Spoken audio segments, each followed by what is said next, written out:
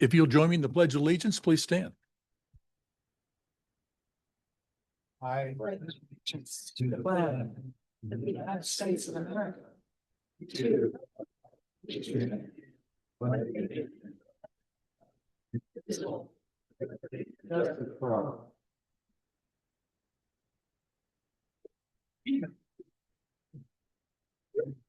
Public announcements. I have none from council.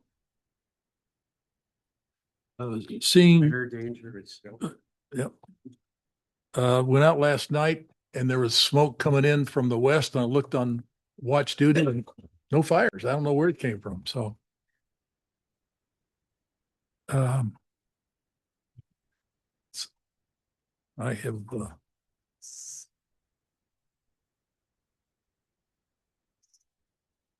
okay. Town manager report. Thank you, Mayor. Mayor and Council, I just wanted to brief and let the council know, and the public who are here and those that are watching perhaps from home, that on June 17th, in this room here, we will be having a public meeting on the water situation as it relates to the town of Cave Creek.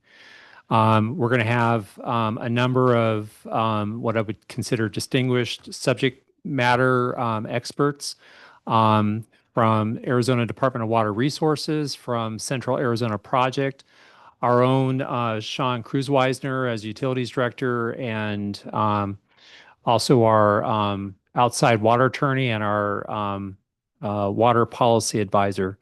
As you're aware, in July, there will be some announcements. We're not sure how much water reductions are going to be announced, but that will be forthcoming. And we want to reassure people that we have plans in place to address the situation. As part of that, also, our communications director has produced a video that will be broadcast that night to kind of summarize the situation, and that will also be on YouTube. We will be taping the meeting so it can also be replayed at a later date. That'll be 5 o'clock to 7 o'clock on June 17th in this room here. And we're doing a lot of publicity to try to get the word out to the residents. So, and then the second thing I want to let the council know is I'm really excited to let you know that our next issue of the Prospector is about to hit the streets, should hit next week. That goes to every household in town. And it is 40 anniversary themed. And we've been very fortunate to have the Cave Creek Museum and such people as Bob Bozell. Yes, thank you. That guy. And Buck Buchanan and others with the museum that have been very instrumental in helping us. We're going to have an insert that has a historical section on the town and our history, and that's going to hit every household. So I just want to let you know I'm very excited. It's going to be a really unique publication, and it's going to be a keeper. So that's all I have, Mayor. Okay, thank you. Call to the public. Diane Smith.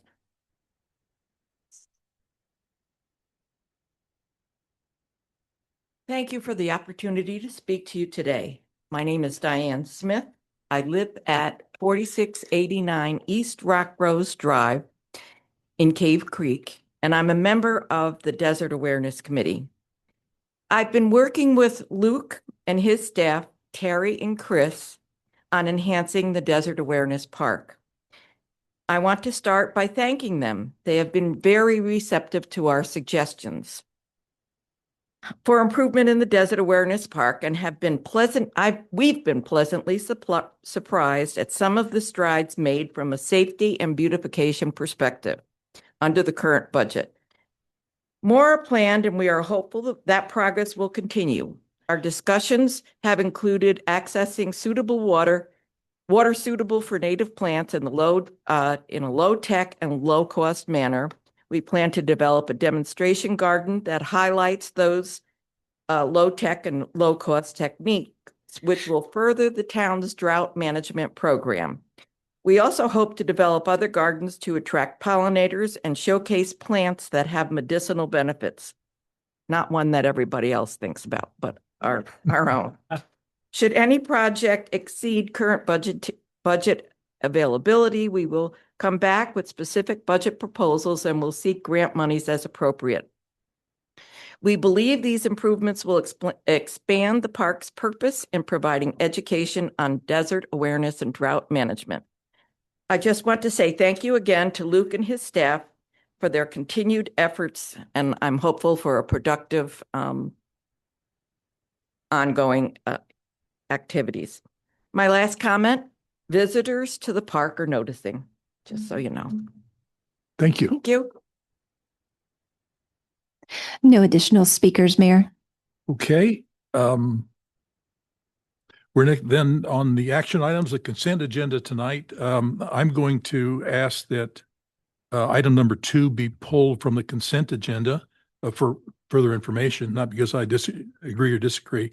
So I move that agenda, the consent agenda 1 through 6, except number 2, be approved. I make that motion. All those in favor? Aye. Opposed? Okay, motion carries. Number 2, on the budget transfers. My question revolves around how much of those budget transfers for the Water Ranch offices are due to overruns versus just the transfers are falling between years. If there was a specific overrun, I think that needs to be highlighted. So so I had noted in the report that for the multi-year project, for the project as a whole, it did exceed by about $83,000 compared to what the budget was. So the remainder of that difference between the 83,000 and the variance of what we're asking for in these transfers would just be the having not anticipated how much of the project would carry over from fiscal year 25 into fiscal year 26. Yeah, the carryovers are routine. The $83,000, and I've forgotten our policy on that, although we just wrote it not too long ago, I think. Wasn't that required to come to council? Maybe it did, and I didn't. I don't remember it, but did it come to council at the time that it was incurred or before it was incurred?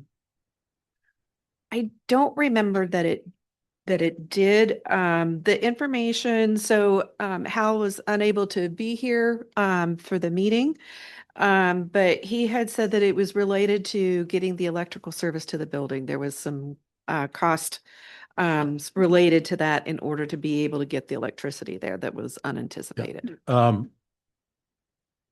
We just worked on that, but from my opinion, cost overruns are not routine. They shouldn't wait till they're not an afterthought. They should be handled before the expenses incurred, and whoever is managing that project needs to come in there and justify why that wasn't in the original scope. That's a fundamental best practice in project controls, is control of overruns. And if we're hearing about it just as an afterthought to clear the books, that's not a best practice. So I believe our Greg, me can refresh my opinion about our town policy. I thought that was clear in there. So I think what I would suggest doing, Mayor, is for the purposes of tonight, because this is to cover the transfers, to cover the costs, for staff to come back to the next meeting to give you a more thorough explanation. Okay, I move to approve a consent agenda item 2. Do you have on it? Second. Any comment? All those in favor? Aye. Opposed? Motion carries 7-0. Thank you. We're now on to the general agenda items. Council discussion, possible approval of the fiscal year 2027 tentative budget. Is this going to be a hearing? Or No. not? No. Okay.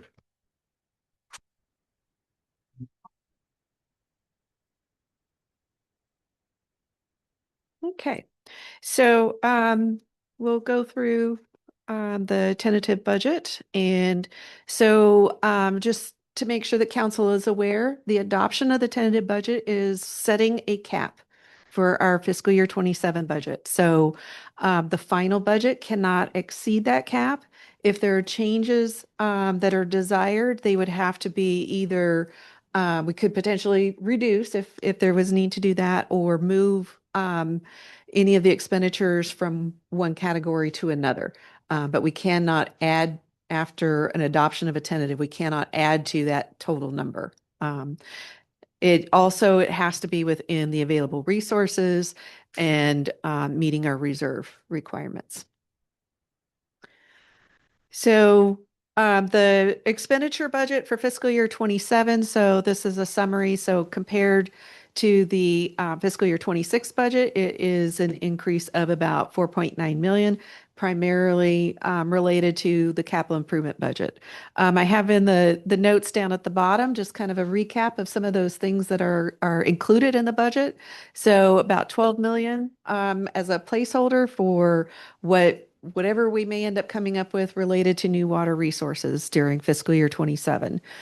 We have placeholder of 16 million for open space related to the acquisition of the 4,000 acres of open space.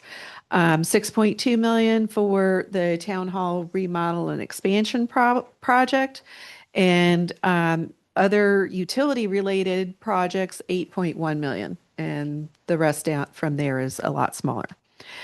Within the operating budget, some of the things that are included. So it's almost $5 million for the fire operations, $3.5 million for streets maintenance, $1.5 million for law enforcement operations. Utility operations is 10.7 million, and debt service payments are 5.2, and we do have contingencies built in, 4.2 million. 1.2 million of that is a general contingency. 3 million is for any possible grants that might arise during the year. This is looking at a comparison of the budget from fiscal year 26 and the estimates for fiscal year 26 compared to what our tentative numbers are for fiscal year 27. So starting on the fiscal year 26 budget column. So when we prepared the budget, we thought that based off of estimates that we had, that we would start off with 31.8 million as that beginning balance. When you move over to the second column, we did better than that. We had started the year off with 36.7. So that was the final number from the fiscal year 25 that was audited. So that is a final number there. It's not just an estimate. The revenues estimated 38.1. The estimates for the year 33. Some of that is because of those contingencies that were built in. The estimated other financing sources. So we had estimate of debt financing 30.5 million, and really we ended up only with 11.9. So we had not moved forward with the open space that was included in the current year budget, and the new water resource with the Harquahala. So then what we do is we back out the estimated reserves as of June 30 to come up with what the total resources available. So the budget had 82.5. Our estimates, because of some of those things that didn't occur, 54.3. Estimated expenditures were at the 75.6, whereas we're estimating 43.5. So the resources over and above the needs in the budget were estimated 6.9, but we really ended up with an estimate of 12.4, and that's not the year's not final with all of that, but typically compared to estimates and what the final numbers are usually a little bit better. So the total fund balance based off of the budget for the current year estimated ending with 24.7, but the updated estimates that we have 38.1. So we take that 38.1 ending for the estimate for fiscal year 26, and in that last column, that rolls forward as the beginning balance for fiscal year 27. Estimated revenues 35.7. The placeholders for possible debt financing 24 million. The reserves at 10.9. And so resources available of 87.2 with a budget of 80.6. Excess resources available, and this is just a calculation, it's a formula to get to that number, is 6.6 with estimated ending balances of 17.5. And as you can see, by the time we get to estimates for fiscal year 27, it'll very likely be better than what budget numbers are because we build placeholders and things to cover. One of the things with Arizona law is they really want you to budget to the maximum possible of what you may not need or what you may need during the year. And so there's all sorts of placeholders for things, as I had mentioned, with the open space and the new water resources. Those are like two really large amounts there. Looking at the change in the fund balance in the fiscal year 27 budget. So starting with 38.1 and then that estimated, which is just a formula based off of those numbers that are in there with all the placeholders of 17.5. So this recaps for you what is bringing those balances down. So it assumes that we're spending the open space money, which the starting amount of that is 1.6 million. It assumes that we are spending capital reserve money. So the town hall project is an assumption of using capital reserve dollars. There's street CIP projects of million and fleet replacement of about 600,000. So that makes up the 7.8 of spending down capital reserves. It's kind of like if you save money to send your kid to college, you're actually going to spend down that money when they actually do go to college. The Series 2025 bonds that were issued in December of this past year, there's an assumption of spending proceeds of 6.4. They have to be spent on what they were designated for, so we do need to spend those. The water infrastructure balance, so there's some money remaining in the water infrastructure that is about 400,000 there that would be utilized. The use of the debt service reserves, 1.2 million. And then we have subsidies to the general funds, 4.1 is also bringing down those balances. And then the remainder of the difference is really a net increase in the fund balances of 1.1. I had this chart for you during the budget work sessions that has not changed, but to go over this information. So this blue line is what the budget amounts have been over the last few years. And from a historical perspective, you can see that we've been well under what the budget amounts are with the orange line. And to add to that, the green line here is what the total ending fund balances were for the year. So for the first 3 years, we had more in fund balance than a whole year's worth of expenditures. A little bit of offset there in fiscal year 25, but that was spending down some of the capital reserve monies in that year.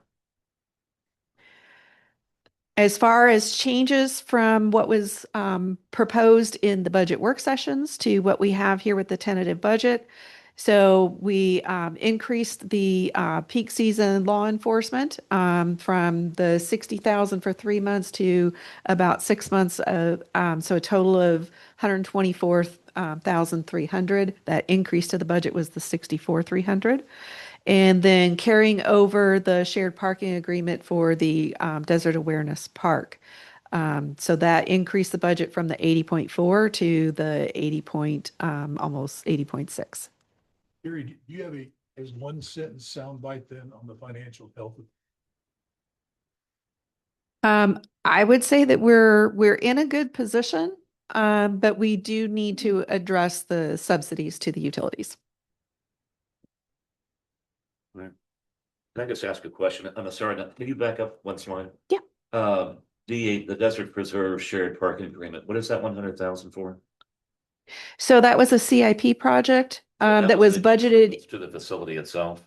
No, so that was budgeted in the current fiscal year. That isn't going to be accomplished in this year, so we're carrying that over, and it's our portion of the cost of a shared parking with Stagecoach Village. Well, I thought that's on hold or under redesign.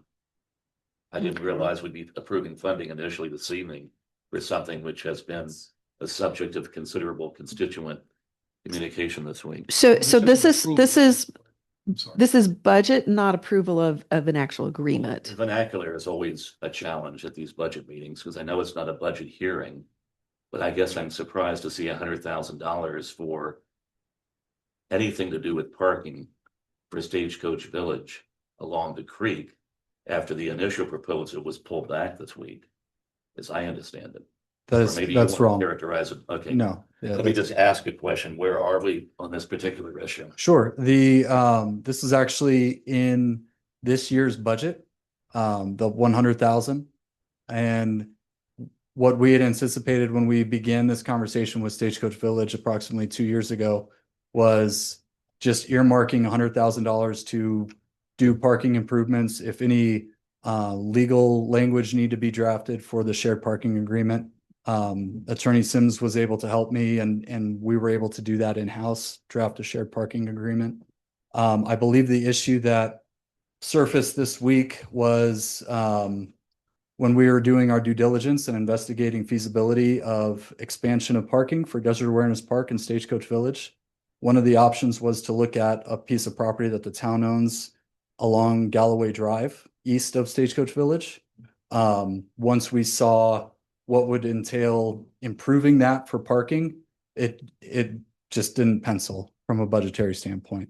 So what we were left with, and once again, those drawings were all internal review documents that we were trying to analyze the cost benefit analysis of how many parking spaces we could fit on any given piece. What we're moving forward with now is expanding the Desert Awareness parking area, moving it due southeast, and expanding north of that on Stagecoach Village's property. And that'll be a shared parking agreement, and the exhibit plan and legal description will illustrate that. That's coming before council. We are hopeful June 19th.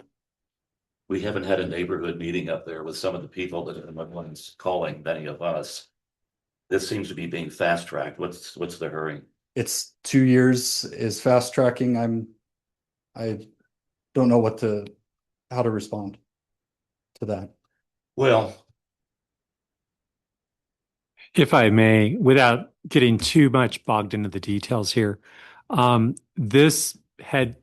we had discussions with Stagecoach Village, and basically it lapsed. I don't want to blame them or us, but last fall, that was the last communications that there was on this, and then we jump started it, got it going again. And then meanwhile, over the weekend, there was concerns that were raised by some neighbors who received something, not from the town, but from somebody that was concerned about this in their mailboxes. And so your question and your point about possible public meeting, that was not something we had originally planned because this has already gone through a lot of different efforts. But it's probably not a bad idea, being that there's some misinformation out there that we need to really clear up, such as the Cholla area that that the person was getting neighbors all upset because that's closer to the neighborhood and impactful to that neighborhood. you know, it just seems, just as one person up here speaking, that I would love if this particular issue could be included in the larger discussion, which we've had off and on, about the problem with parking in the community, and whether there's other options of purchasing property in the commercial corridor or leasing or some other combination. Solving the parking deficit for a lot of these commercial properties, which are holding special events. And now these proposals are impinging on adjacent residential neighborhoods, at least potentially. It just seems that we can always still do better. The document I had not seen before, and it wasn't mailed apparently, it was placed physically in the mailbox. That's what I up said. there. Yeah, in the mailbox. And yet it's coming from a design company or a survey company that the town uses here in Cave Creek. But I don't think the council was ever provided a copy of that document, which is impactful in terms of looking at the proposal. This one just seems like it's moving very quickly and inconsistently. And I just wish it wouldn't be going before the summer recess and being automatically approved, unless we can schedule time to talk about other parking options for the downtown area besides this particular site. So that's what I'm kind of retorting. So so this is, again, is a budget item that didn't get undertaken this year in the time period that we allowed for. And you're bringing up some good points. So I we're not in any hurry, but we would request that at least the funding for the budget purposes get approved tonight. And then we will have some discussions with the neighbors on this. So before it comes back to council, you have to see and approve a shared parking agreement, something I'm not going to do on my own. It will come back to you. It will be held in a public meeting. So, You know, this process of approving money, I mean, it's like the town hall improvements. There's general support for doing that. But I recall sitting here one evening and hearing a discussion that we would not do that prior to the acquisition of the 4,005 acres. Now, we have money in the current operating budget that we already approved last year for the town hall improvements, which are expended in the current fiscal cycle. But in this budget, we're going to be approving a pretty large number as of July 1st, which is moving ahead with all of the planning costs. so Councilmember Augerton, during the budget workshops, I explained to the council that I requested that the money stay in the budget for the town hall project, but that I was putting it on hold. And so nothing has changed there. So Okay. the money you saw there is still identified, but it could be possibly have to be used for water augmentation or some other needs. So I did mention that during the budget No, I workshop. recall that, Mr. Mayor. So, but it and- does show up still in the budget proposed for next year, but we're not moving forward with it. The only thing we've moved forward with is to finish the design. That's the only thing. And that was already something that was already in progress. Well, I just, and I don't want to be difficult, I don't want to prolong this, but this project, which serves a single business interest in the community and is not a coordinated response with other deserving commercial properties, and comes after this council has declined other locations for parking, to have the funding moving ahead, it seems precipitous, and I just, I'm not sure of the process, what the cart or the horse is going first. But $100,000 on something which has sat this long and not moved, and now was presented a certain way, and then it's been adjusted to a different way. And of course, as we always do, or often do, we don't discuss our concept of improvements with affected neighborhoods. And maybe this is not numerically that many people. I do think the concept of creating any additional parking along the creek, and it may not be defined as riparian, but it's certainly sensitive lands, which I understand from Luke, has been bypassed now. That's not part of the equation. But I just think that in order for this to go ahead, we should, before summer, if this is going, to have at least an opportunity to discuss other parking options. The Thornton property behind Brunch, I don't know what the current status of that is. I don't know what commercial market values look like in downtown Cave Creek right now. We know the place across the street was or is listed for 9 million. I don't know if comps have been done even informally, if that's a reasonable figure. But I don't know why we wouldn't consider what a reasonable offer would be on the property behind the Brunch restaurant before we would be doing this connection to Stagecoach Village. Let me weigh in here. I've been in on the very beginning of this, and this is not to help a certain business. Number one, this is to facilitate the Taste of Cave Creek events, the big events that bring visitors to all the businesses in town. And not only that, but Stagecoach Village has maybe 3, 4 of these events a year, bicycle races, Santa Claus stuff at Christmas, all of which adds to the business structure of town. It's in a place that's somewhat isolated, but they'll never use it for their daily business. They have tons and tons of parking up there that they don't need this. So this is strictly to provide additional general parking for the town, but especially to help those events that bring all the notoriety to Cave Creek. It helps all of our business and produces the top line that we use to buy anything we do. So it's not to specify a certain business, and it fell through the cracks at one point. There was, I don't know, it's ever been discussed. It's been a line item for some time, but I don't know that it has ever been discussed. And evidently, we have not briefed even council on what the purpose of this property is. And I think that's something that needs to be corrected too. Because and the specific event where this document, it's a document by a private firm. And it was released without authorization anywhere, as I understand it. The town had nothing to do with it. And my understanding also is that it's the wrong location, that there was an error in the document. So an internal working document creating a storm like this it happens, but it's a little bit ridiculous. But this is, I agree with you though, that the town needs a parking strategy. These things come up one at a time. We've never looked at how many parking places we need, where we need them, what the options are, what the costs are. That really needs to get on the list of the planning department. I fully agree with you there, Tom. But I don't think this doesn't impact that in my opinion. That's a lot bigger question than this one here. Well, we have the property, Mr. Mayor, we have the property next to, and I don't want to prolong this, we had the property next to the Kiwanis, which we considered, and it was rejected, at least at that time. As this moves, if you have any influence to try to get maybe the parking discussion back, even not for action, but just for discussion. Well, I've been working on that piece of property through other means, and there's some real problems with it that I'm not going to discuss publicly. No. It's my private information and work, and I'll be happy to brief you outside the meeting. Thank you, sir. No, But it's not looking good. Let's just put it that way. If we could just get a discussion. Years ago, we asked for how many parking places we have as inventory in the town of Cave Creek.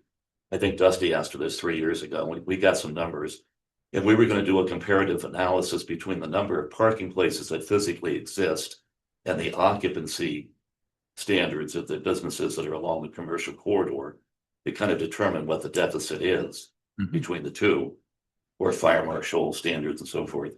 But it might be time with current properties available. So I want to clarify that. We asked the Planning and Zoning Commission to do it, and they gaffed it off. They came back with a partial response. Okay, so this is a budget. It's not on the agenda, but I think staff has heard the issues here. Yes. We got to get back to the actual budget here. Right. A couple key points, and I'll just recap, is parking strategy. We need to come up with a parking strategy.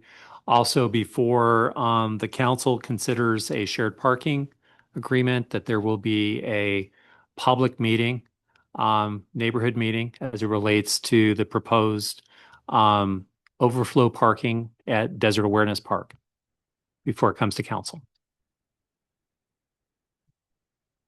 Okay, and you'll have another shot at this at the approval, because we can't be spent until it's approved. So. Okay, so moving on. So this is the start of the changes from what was proposed in the budget work session to tonight's tentative budget adoption. So we did change other financing sources and other financing uses. This is a category where in governmental accounting, it is not technically revenues, not technically expenditures. And what we're looking at here is basically changing the transfers. And so in the work session, I had proposed that we use our debt service reserves to pay some of these WIFA loans off early. And so for the WIFA 2007A, which includes some of Cave Creek water and Desert Hills water, it would reduce the amount of transfers in Cave Creek to Cave Creek water for subsidies by almost $875,000. So I adjusted those. And then the beginning balances. So the carryover of the Desert Awareness Shared Parking Agreement is assuming we're not spending the $100,000 this year, that it's carrying over and being spent next year. So this is updated for those changes as far as tentative budget expenditures based off a type, minimal adjustment in what the pie shapes look like here. 10% is related to personnel costs. The biggest piece of the pie here is going to be the CIP projects at 55%, debt services at 6.5%, and contingencies 5.2. Looking at the expenditures based off of fund. So general fund is 17% of the pie. Your two big pieces of the pie there is the capital improvements fund at about 30% of the pie, Cave Creek Water at about 32%. The utilities are not quite 50% of the pie. And because of the placeholder with capital improvements fund, that made that piece of the pie so much bigger. Normally, the utilities would be at least 50%, if not more.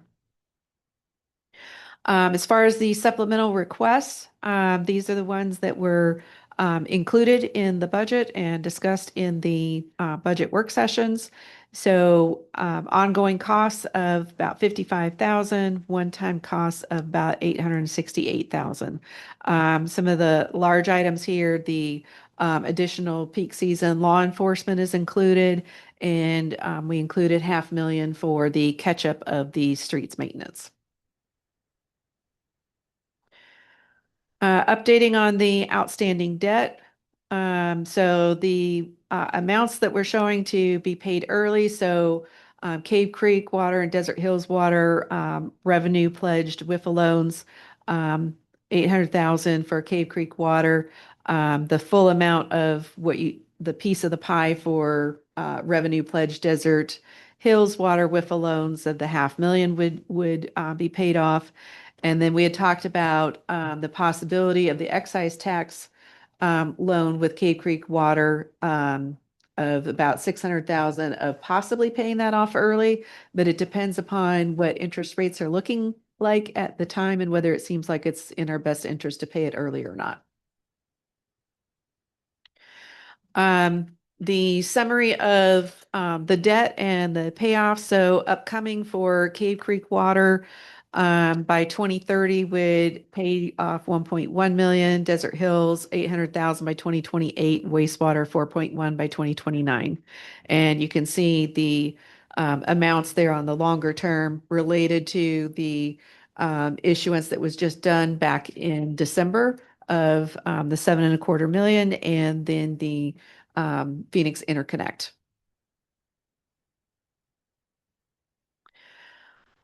This was the slide that had shown in the budget work sessions related to new debt based off of the debt financing in the 5-year CIP plan. So new debt across the capital improvements fund, which is just a placeholder estimate right now of the open space, and then Cave Creek Water, each of the utilities. So that would be 66 million of new debt, estimated debt service of about 5 million. The revenue offset for the open space that of the spur cross excess monies, 500,000 going to open space. So the net amount of the increase cost to the town for the debt service over those 5 years would be 4.6 million. I showed this as a comparison for you to see kind of the trends on what our pledged revenue coverages are looking like. These are based off of audited numbers for fiscal year 24 and fiscal year 25. So you can see Desert Hills is showing some improvement in the pledged revenue coverage compared to what the debt service is, as is the Cave Creek WIFA loans, and then the excise tax. Part of what we got authorization from WIFA that we could do with the Cave Creek WIFA loans was to be able to count the general fund subsidies towards the pledge of revenues to the fund. CIP project. So here's a high level summary of the portion that is in the fiscal year 27 budget. So a total of 38 projects. Cave Creek Water is by far the most significant number of projects at 17 and the highest budget amount at 18.1. Then the land acquisition of the 16 million. Municipal facilities includes that town hall remodel project in that number, and everything starts dropping dramatically for the other areas after that. Looking at the comparison of the current year's budget and the changes to get to the fiscal year 27 budget. So operating budget is going down 3%. A couple of the more significant items there. So the grant that we received from MAG, the 1.3 million, we are not showing that in the fiscal year 27 budget. It was a one-time, but also it will be a grant that will be administered by ADOT. So that grant portion will show up on their books and not ours. The only portion that would be showing up on ours is our portion of the match that we would be giving to ADOT. We also are showing a decrease for fire for those one-time costs of starting up the regional station, and we shared 50%, so that's about 780,000 there. CIP budget is going up 15%. With the addition of the CIP project for the new water resources offset by a lower budget amount for the completion of the Phoenix Interconnect, that's a net increase there of 3.8 million. We had a higher placeholder in the current year budget for the purchase of the 4,000 acres compared to updated estimate in the fiscal year 27. So that's a reduction of 3.5. And then the increase for the placeholder for town hall of 5.2 million to add that construction in. Looking at the revenue and other financing sources side of things, so total of 60 million, and you can see the biggest piece of the pie is debt financing. That is the debt financing for that has been estimated for those placeholders for the 4,000 acres and for the new water resources. After that, the next biggest piece of the pie is our TPT revenue, or TPT taxes at 24%. The utility charges for services represent about 19%.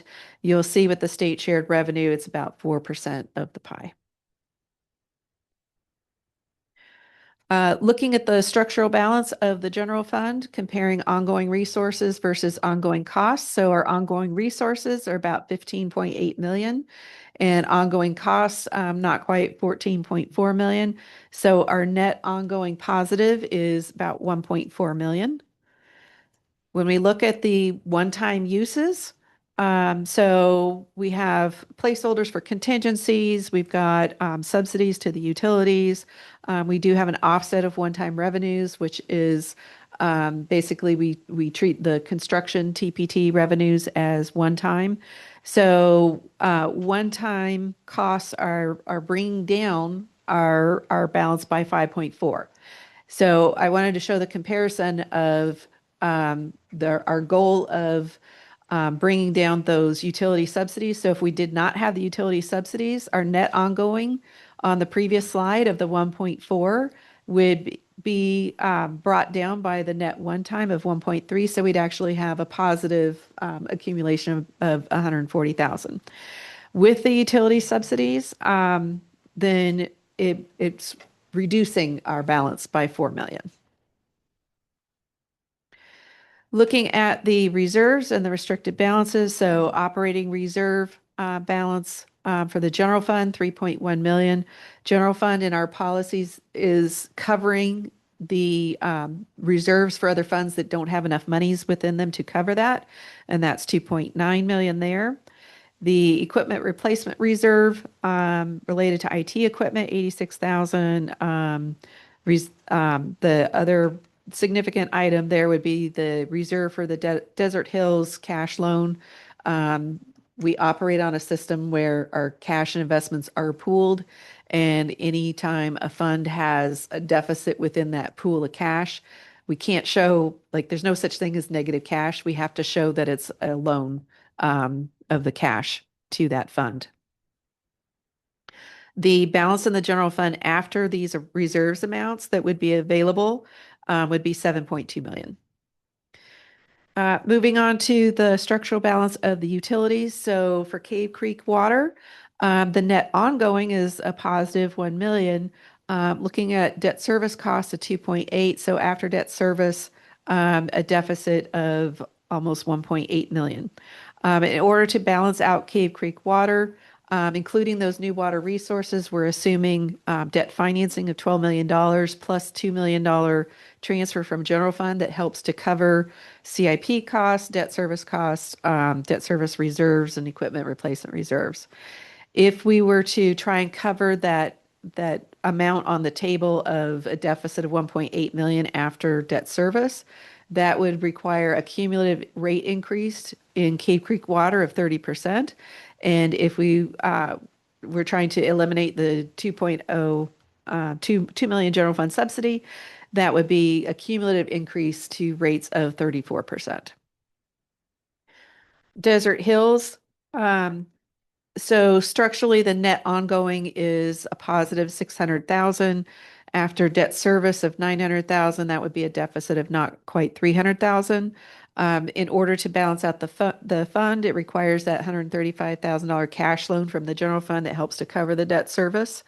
Other one-time costs, equipment placement reserve, and ongoing cash deficits. To cover the 295,000 deficit in the table above would require cumulative rate increase of 7%. We did approve with the rate increases. We did the 6% this year. Built into the budget for fiscal year 27 is the 6% next year, and then there's another 6% the year after that's been approved by council.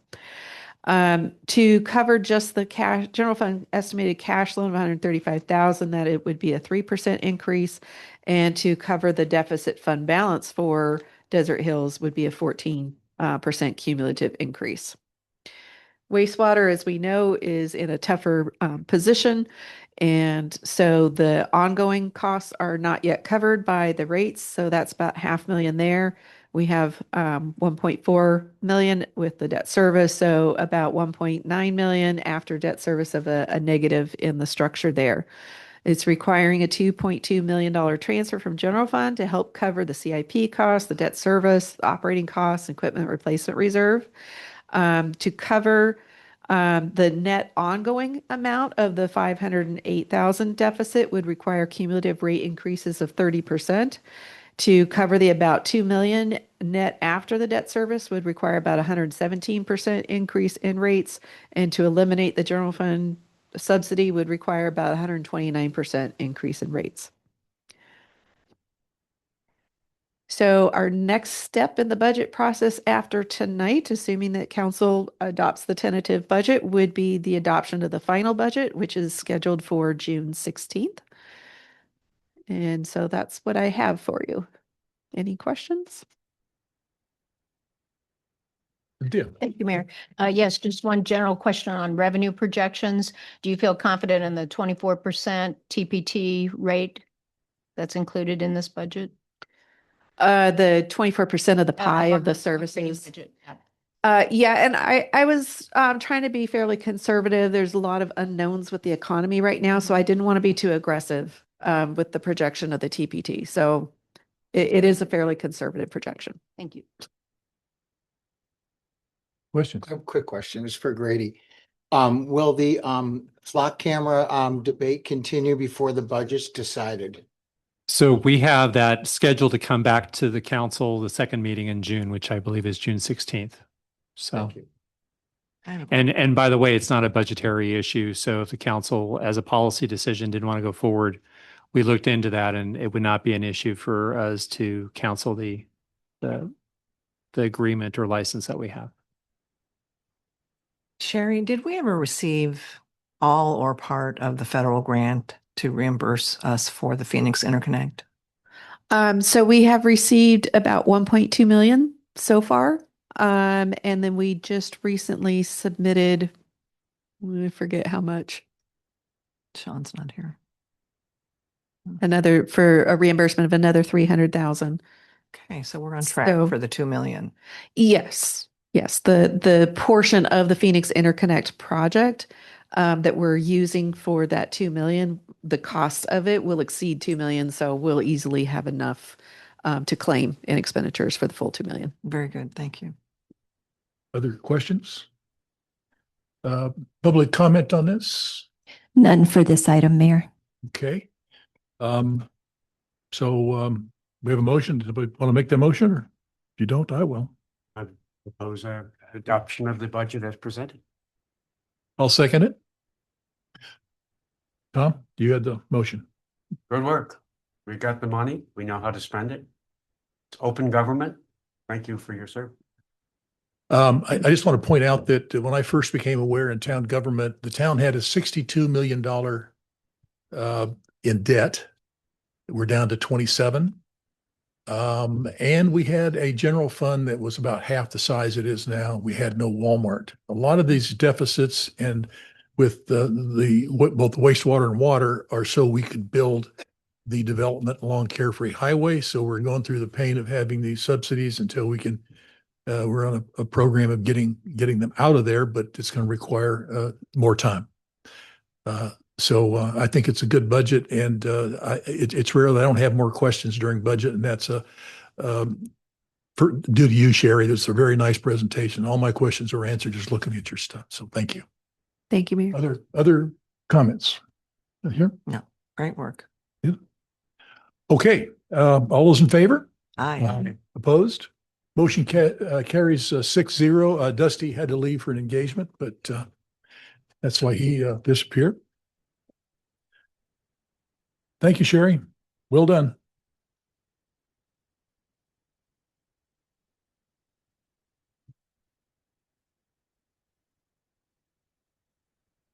Next on the agenda is council discussion, possible approval of an agreement between the town of Cave Creek and the Desert Foothills Land Trust.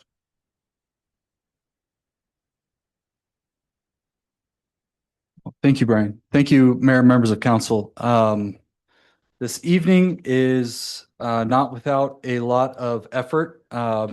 Really beginning back to 2008, 2009, when the annexation and rezoning agreements with the Arizona State Land Department were finalized. The town had commissioned an appraisal that grossly undervalued the land, much like an earlier item that was discussed. Something that was not meant for public consumption was leaked out to the public and advertised, and a bunch of people showed up to town hall with $400 checks wishing to buy their acre.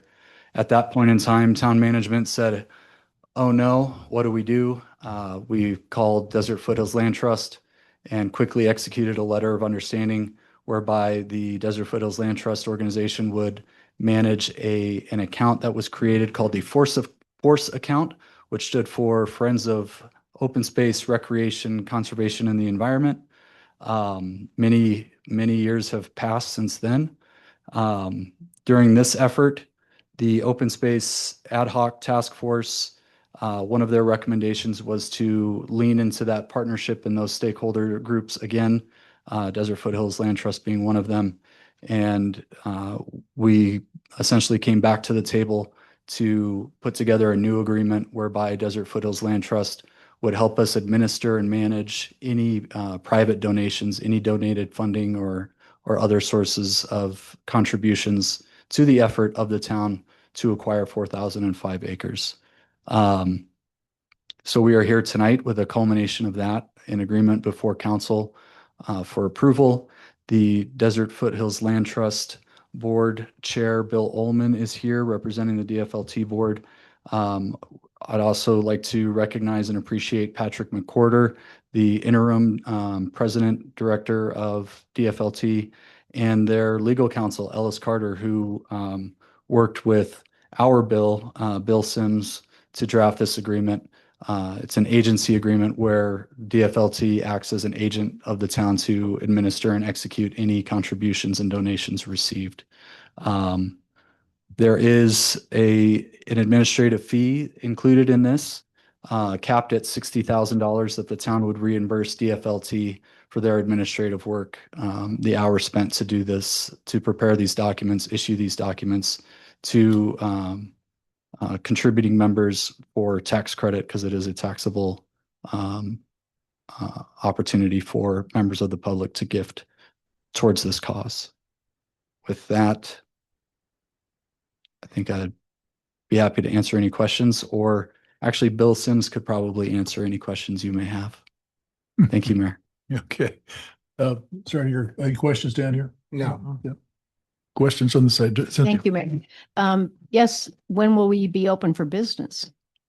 So we do have a draft document. It's basically a donor acknowledgement and remittance letter that would be issued to any contributing member of the public or business or anybody that decides to do that, make that taxable contribution.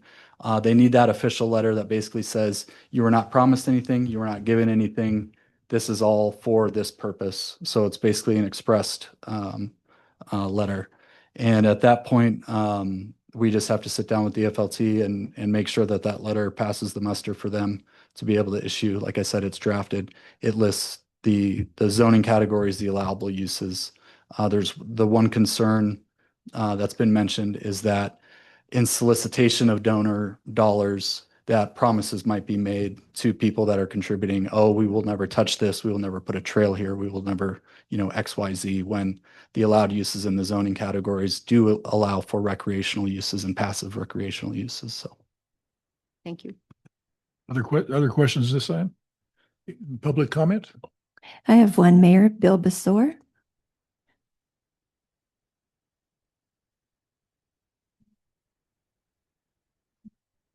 Hopefully this is working. Mr. Mayor, Vice Mayor, members of the council, thank you again for showing up. And I can't believe we are here with this. As the previous leader of the finance work group, this was a very, very important thing that we wanted to get done. And I find it interesting that all we needed to do was add 1 0 instead of $400. Now we need $4,000. We need about 4,000 of those to make this happen.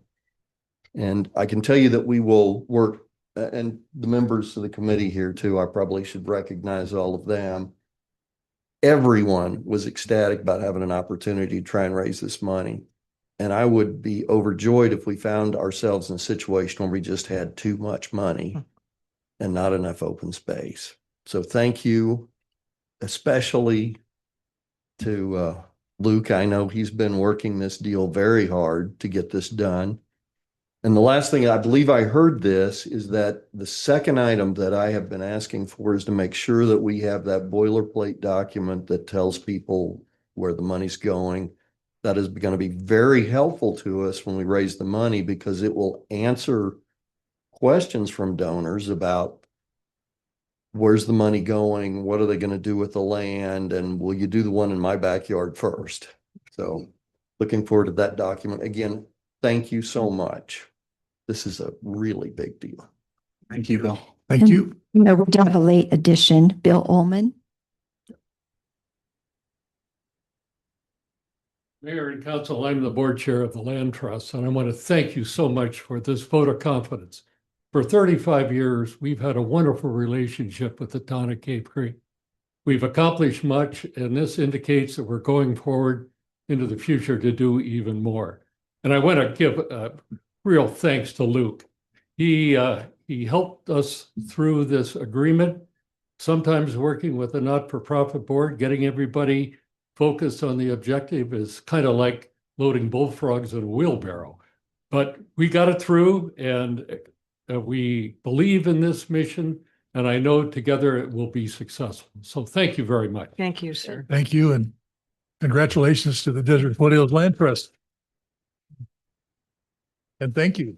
And Mayor, I apologize. I was so excited. I have a slideshow present queued up, but I just talked right through it. So you've got the background here. There's some excerpts from the agreement. And then I think thanks, Brian. I'm sorry. This is going to change the vote. It may be an emphatic approval as opposed to just a standard approval. So this just goes over what the DFLT will do. They'll manage the accounts, and that's it. Yeah, it's just 3 slides. Thank you. Okay, we're looking for a motion. I'll make one. Cynthia. Thank you, Mayor. Move to approve the agency agreement between Town of Cave Creek and Desert Foothills Land Trust as presented. Second.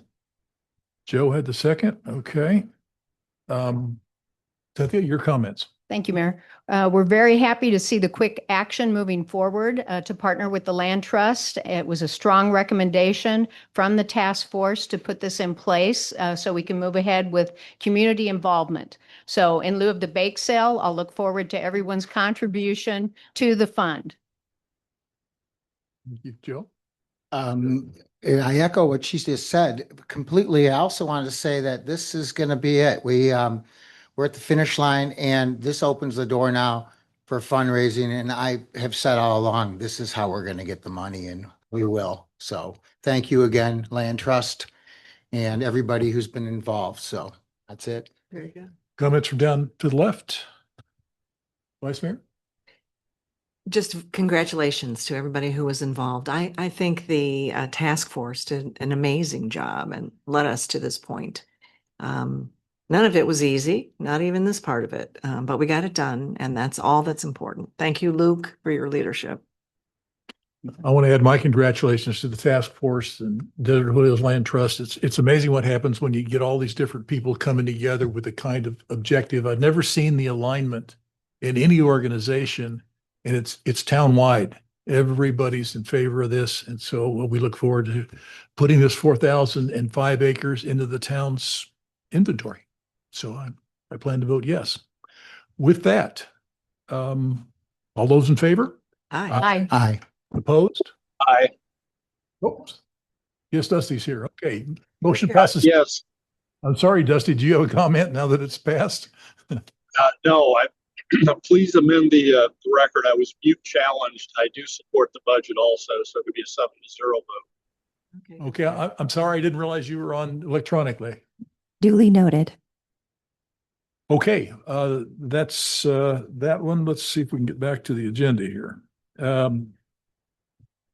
Council discussion and possible acceptance of a 10-foot wide trail easement on subject property with an APN of 211-01-005X in exchange of an abandonment of 30 feet of right-of-way.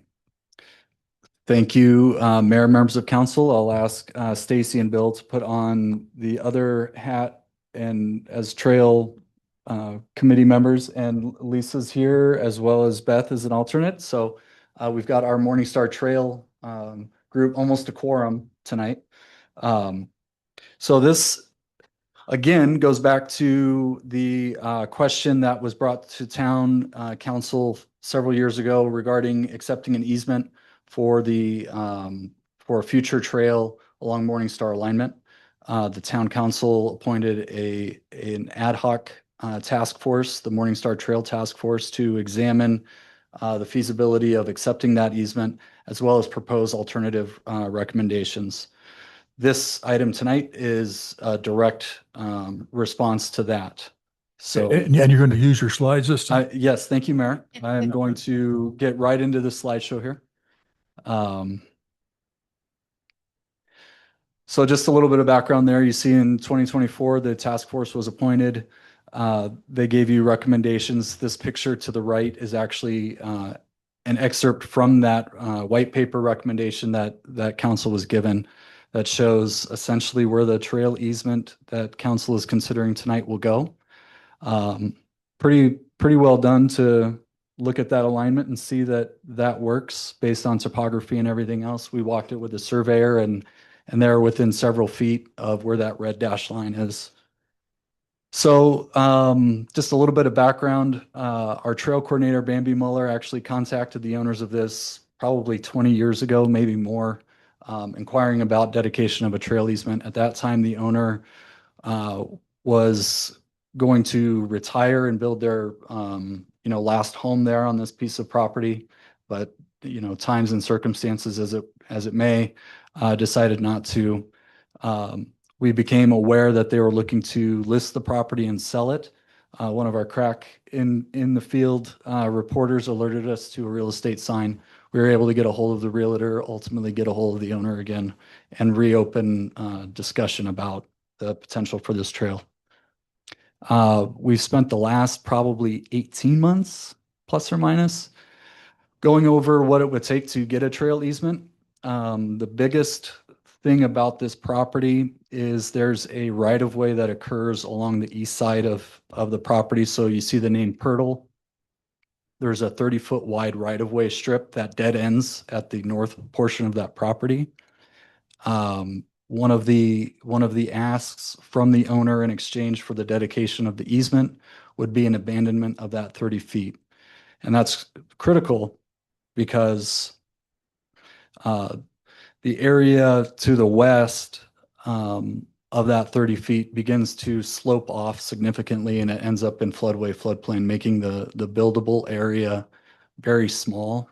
So the additional 30 feet is actually a benefit to them beyond just a purchase of the easement or an appraisal of the property and purchase of the property. So it makes the property more suitable to have a house there.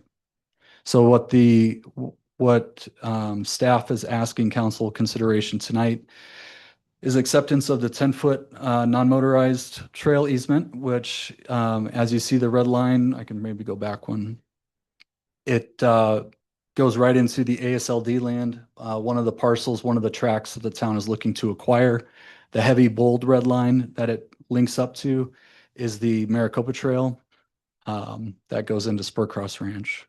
So it's a very vital connection to the town. And that Maricopa Trail, that goes right through the west side too. That'll Yes. be a trail. That trail exists now, but it will give the west side access to the main through horseback or non-motorized out to Spurcross. to the correct. northern part, to Spurcross and northern part of the town. Yeah. Absolutely. So again, this is great, just a great effort by so many people, and takes a lot of time sometimes to do things right and to do them the right way. I think this is an example of that and a culmination of that. So with that, I'd answer any questions that the council may have. Question. Are the Pirtles here? They are not. They live in Michigan. She has a root canal tomorrow, which is maybe more pleasant than some public meetings. So, Well, please extend our sincere gratitude. Our thanks, yes. yes, it took a lot of conversations to explain to her how vital this segment of trail was and what it does really for the community and for the trail network, for our residents and neighbors. And she really understood that at the end of the day, that this is really a legacy beyond her owning a piece of property for 30 years, that this is actually something that will long benefit the town. So thank you. I will pass it along. Yes. Thank you, Mayor. Just one question. Was there any other input or concern from other neighbors in the area? Nothing it's been pretty much, this is a much better location, much better alternative. Even the trail location and how we are going to install the trail will be very low visibility, very low impact. Even once a house is built on that property, that house will likely not even see it or know it's there. Thank you. Okay, other questions? Public comment then? I do have a joint request here from Bill Besor and Stacy D, I believe representing the task force. Tag team. Okay. Hello. Get 6 minutes. I won't take that long. You can have some. Hello, Mayor, Vice Mayor, Council. This is just thrilling. I can't thank Luke and Bambi and Bill, I'm sure was involved, and everybody else in this effort. Being on this task force committee was the first time I've been engaged in any type of public governmental committee. And I think in the beginning it was kind of set up for us to butt heads because it was always the east side versus the west side. And once we started talking and having communication about what are the pluses and benefits, what are we trying to accomplish, it just made sense. And I really appreciate the opportunity that I've had and made friends with Bill and other people along the way. And my love for open space and trails, it's just wonderful. And I'd like to suggest to everybody, just go out in the morning and walk with your neighbors and meet their dogs, because that's how I've figured out, hey, this property is for sale. I mean, what's going on? So it's been a wonderful experience, and I can't thank everybody enough for making this happen. So Thank you for your service. Yeah. She's not going to say it directly, but this is the lady that found this trail alignment. She's the one. And thank you. It made everything come together for this group. I know that when we did the presentation for the alignment, one of the things that we talked about is if someday, maybe just someday, we were able to get all of that land that was set aside, all of those parcels, this would be an important thing to have, because having the land is good. Having access to the land is a whole lot better, and it does that. One other benefit of this is that, and I understand that it's been improved here, but the Firefly Trail came down and people used to get lost. And they found out they had to come all the way to my house practically, which is 100 miles away, it seems, to get out. And this will provide that safe access. Now, better signage, which is wonderful, has improved that, but still, if something happens there, this dramatically improves the ability for people to get to that if somebody needs some help. So this trail is vitally important. And yes, for once, I get to go back to the West Side residents and say, hey, our access just got a whole lot better. We no longer have to go 100 miles north when we really wanted to go 50 miles south. So I wish the Pirtles were here. I wanted very much to thank them for this, and also to say I live on the Maricopa Trail on two sides of my property. And every time realtors talk to me about selling, they say, oh, don't put the sign down by the road, put the sign on your fence. You know what that sign would say? If you lived here, you'd be home now. So I think that the Pirtles may find this to be a very attractive addition. I think it makes the land a whole lot more attractive, but thank you. And Bambi, where'd you go? Thank you so much. I know that these two right here are invaluable to this process. And this is something that will live on long past all of us. Thanks again. Thank you very both. much. Thank you, Bill. Thank you, Stacy.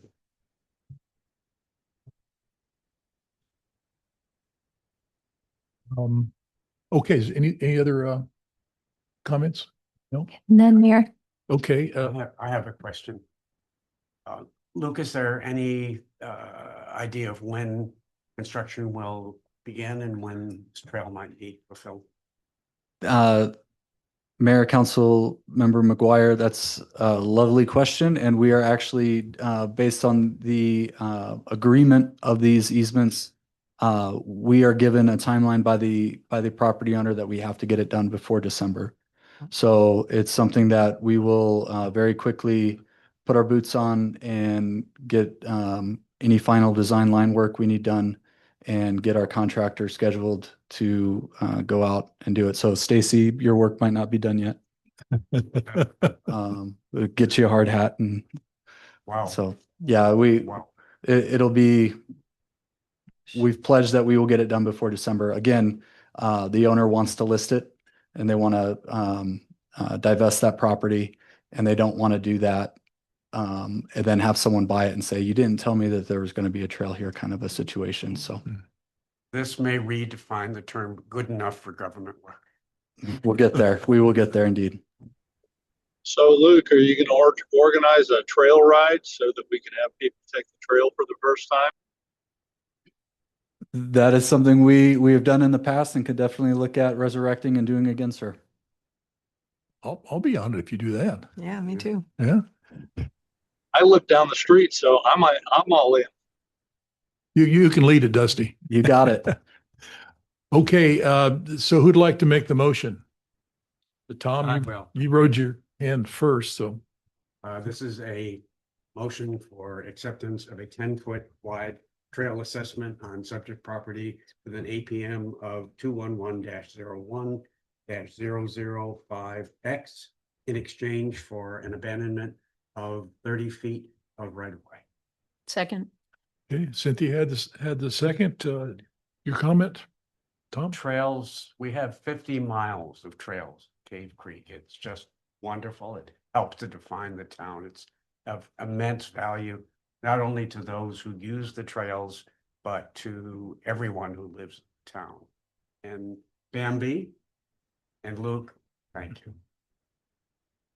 Cynthia? Thank you. Excellent work, both by the task force for presenting it and sticking with it, and for staff for following through on all the details to make it happen. Again, it's another gift to the community to be able to share this trail with hikers and riders, and I look forward to being on it myself. Others? Vice Mayor? I'd just like to say that I think it's a lesson that we can all learn, that when we compromise, we can achieve goals. This was a very controversial trail in the beginning.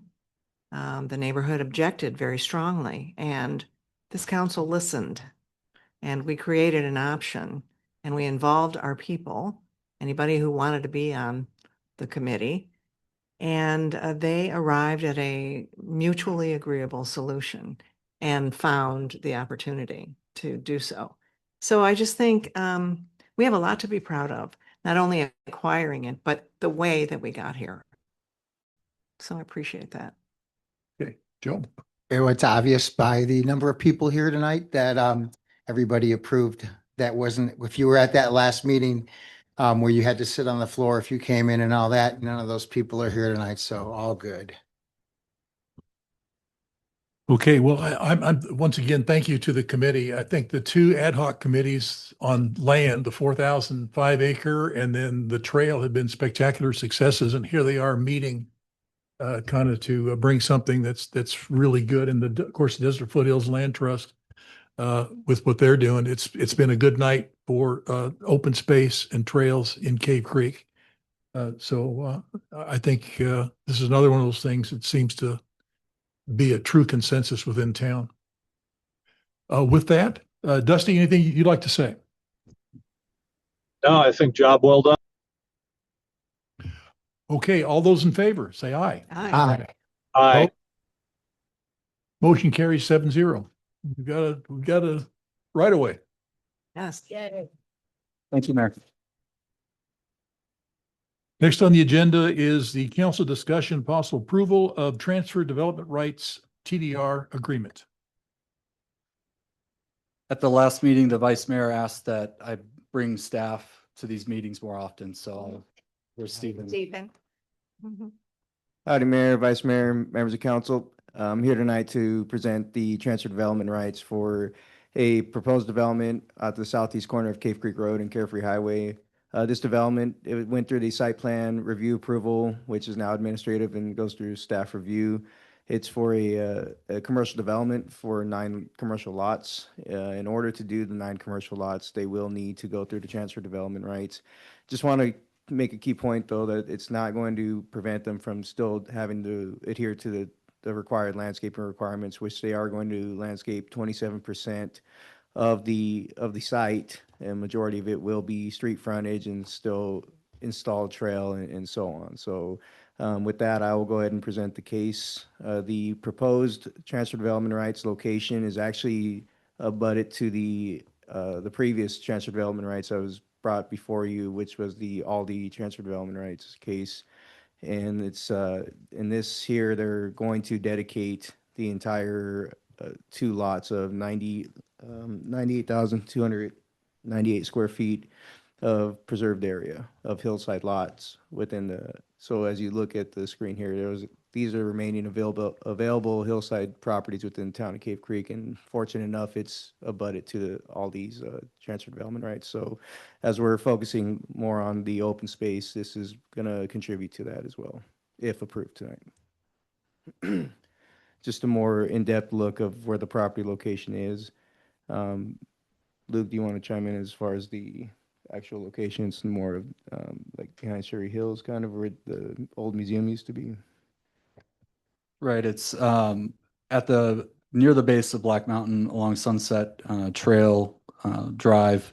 Again, the previous slide showed we're kind of building these banks or pockets of open space through the TDRs. They're kind of all clustering together just by like most everything in town by chance and luck. So the goal is to create these banks of open space that are publicly accessible in the future, you know, through recreation area. These might not be so because they're, you know, might not be an opportunity to link a trail to it, but at least it's land that could otherwise be developed that's being taken out of the inventory. So instead of seeing houses there will not be. Thank you, Luke. This image is just a overall aerial image of the actual site, highlighted in blue and red with the location. The next slide is just going to show how much they are going to dedicate for the open space easement, which is the entire 2 lots. So 49,149 square foot for the 2 parcels, equating to the, apologize if I had it. About 2.25 acres. Correct. Equating to the 98,298 square feet of proposed undisturbed area, hillside area. This is the location of the proposed development, which is going to be known as Black Mountain Marketplace.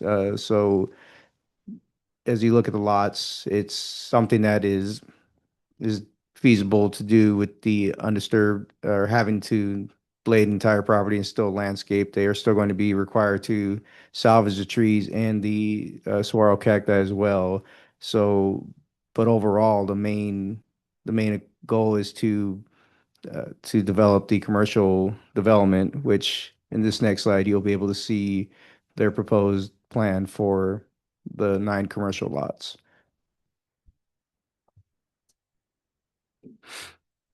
And the next slide is just demonstrating the adjacent commercial uses, more supporting as to why approving this TR would make sense for the applicant. So with that, So again, the earlier slide showed other TDR sending properties. So the Abrazo Hospital purchased and preserved acreage behind Town Hall. Cave Creek Crossing, the Sprout Center did as well right next to them.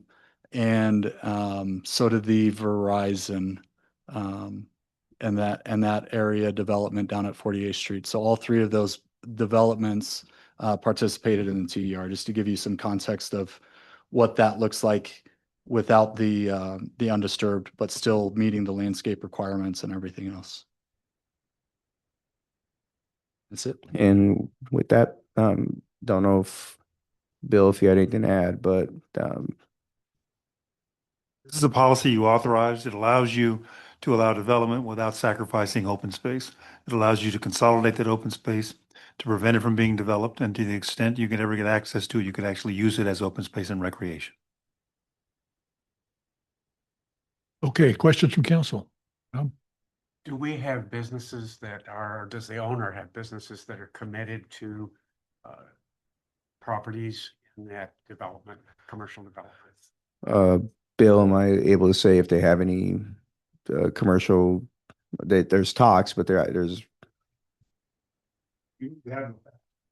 I have a couple, but that's at this moment, for sure certain development. If you're not certain, I wouldn't make it public. Well, they have a permit in at the moment, so I think I could speak on one. I could speak on one, Councilmember McGuire, which would be the Mountainside Fitness. That would be one that is certain. Largest. Correct. That's going to be the largest commercial development in that development. So that's the for certain one at the moment, and then the remaining 8 lots will be a mix of, from what I've been getting inquiries about, retail and fast food joint and retail, and that's the only other ones I've had an inquiry about for 2 other lots. So you send it to fast food and then you go over to the exercise place. Exactly. You get with that. Right. It's a combination of uses. So fast food, combination of inline meaning like similar to like a Chipotle where you go in and you order and you whatever. And then multi-tenant retail, commercial, sit-down restaurant. So there's a bunch of different uses for that lot. Cynthia. Thank you, Mayor. One question, I think it's the Growing Smarter Guidelines or Initiative talked about undisturbed space as a way of water conservation versus like the development transfers that we've done here. Do you have any idea impact water-wise on what it might be for landscaped on that development as opposed to undisturbed space? I'll let Luke chime in on that one, but I'm probably going to beat him to punch. For this property is going to be serviced by the City of Phoenix Water. You can chime in now. Water neutral, thank you. Is that what you figured? Well, it will be tied into our wastewater system, right? That is correct. Okay, yeah. So we'll questions? Public comment? None for this item, Mayor. Okay, Dusty, anything from you? Nope. It's about time we develop that corner. Okay, motion, does anybody feel like they ought to make it? Sure, I can do it. Okay, Cynthia. Thank you, Mayor. Move to approve the transfer development rights agreement as presented. Second? No. Mayor had the second. I beat him this time. You've had too many tonight. Okay, comment, Cynthia.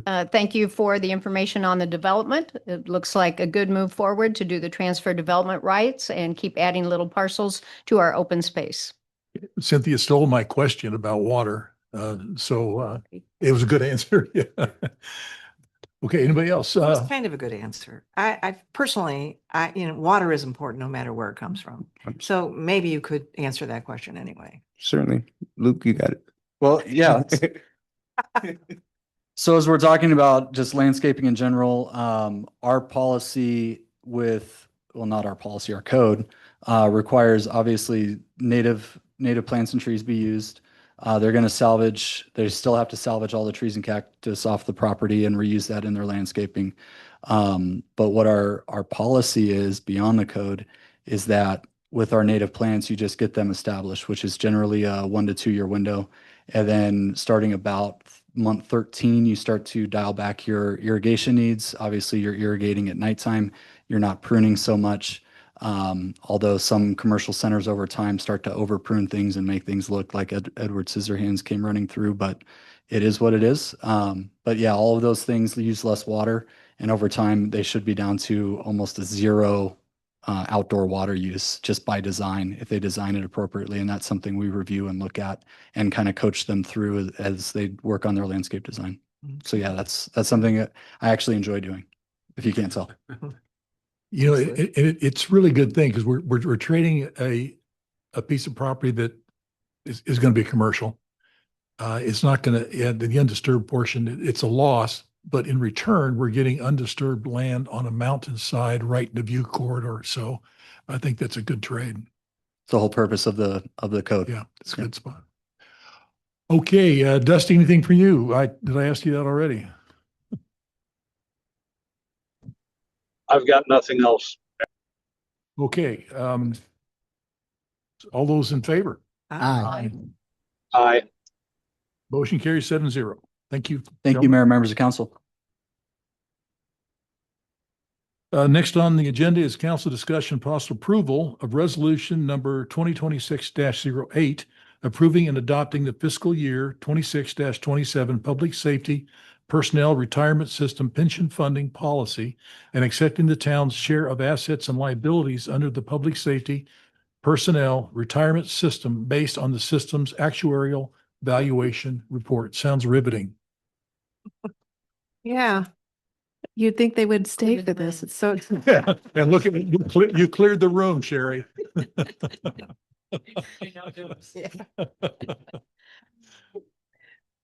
right.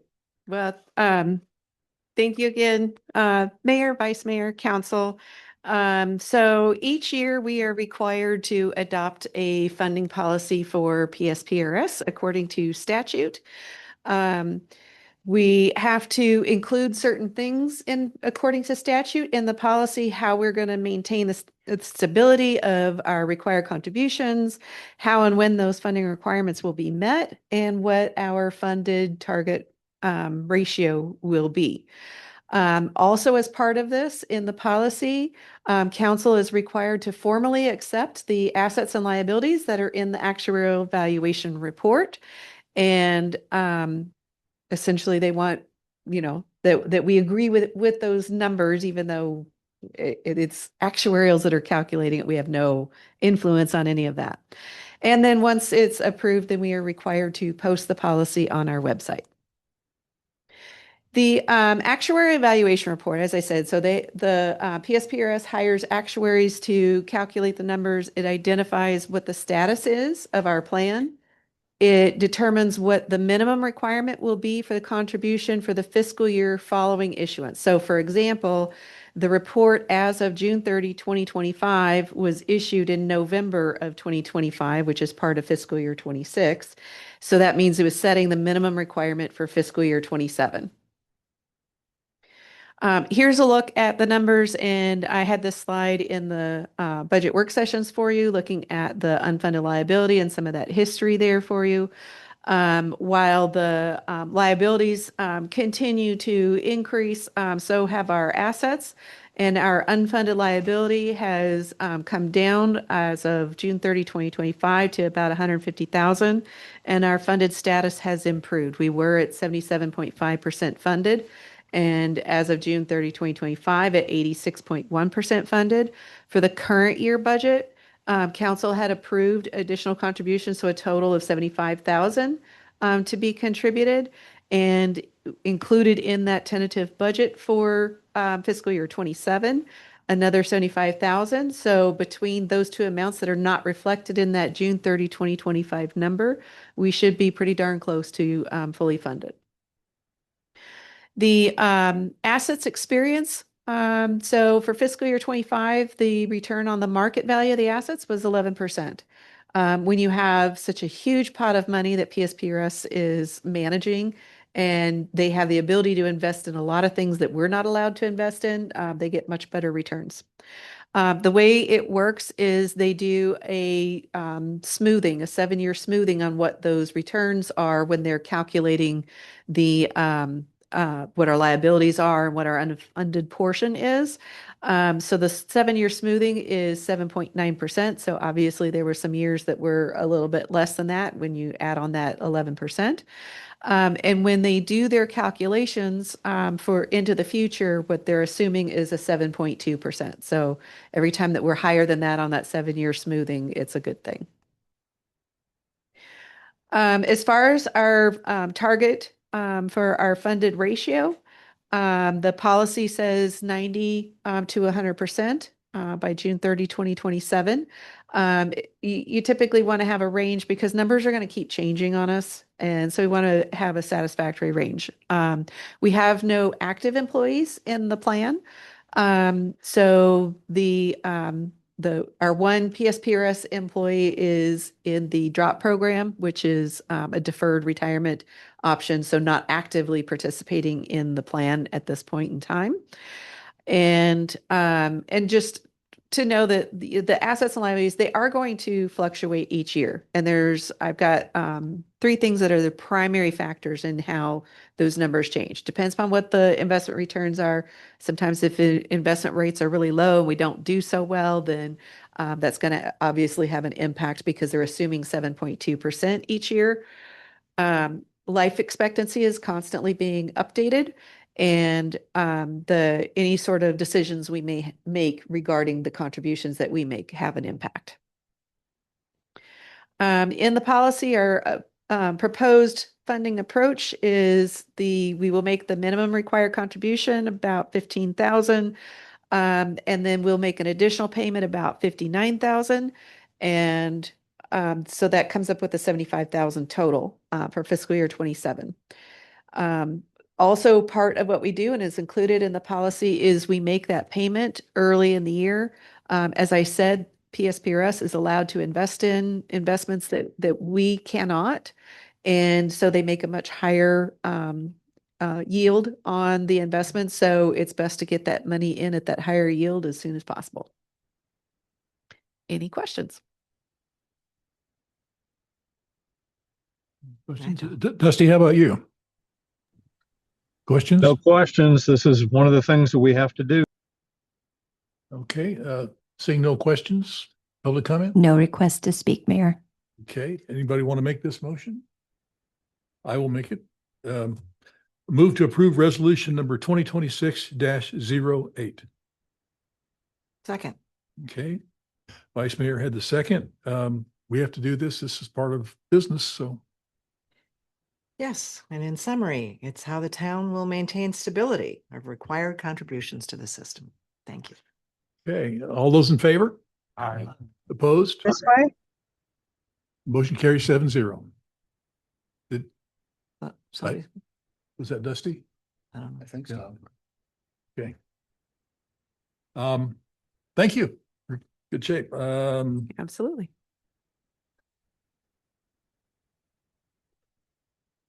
I can get back to where I need to be here.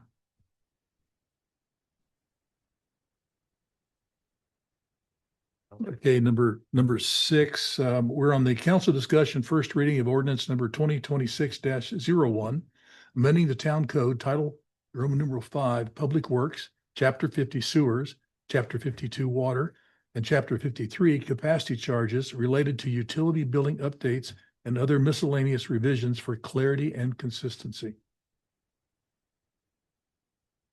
Okay.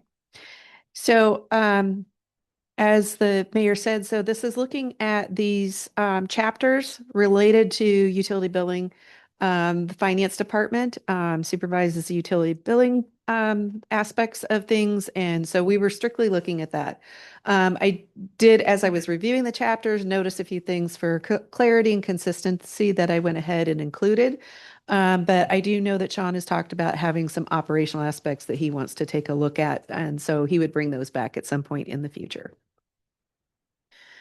As far as Chapter 50, so this one is related to sewer. So it talks about certain things that are really common practice within the finance department to manage.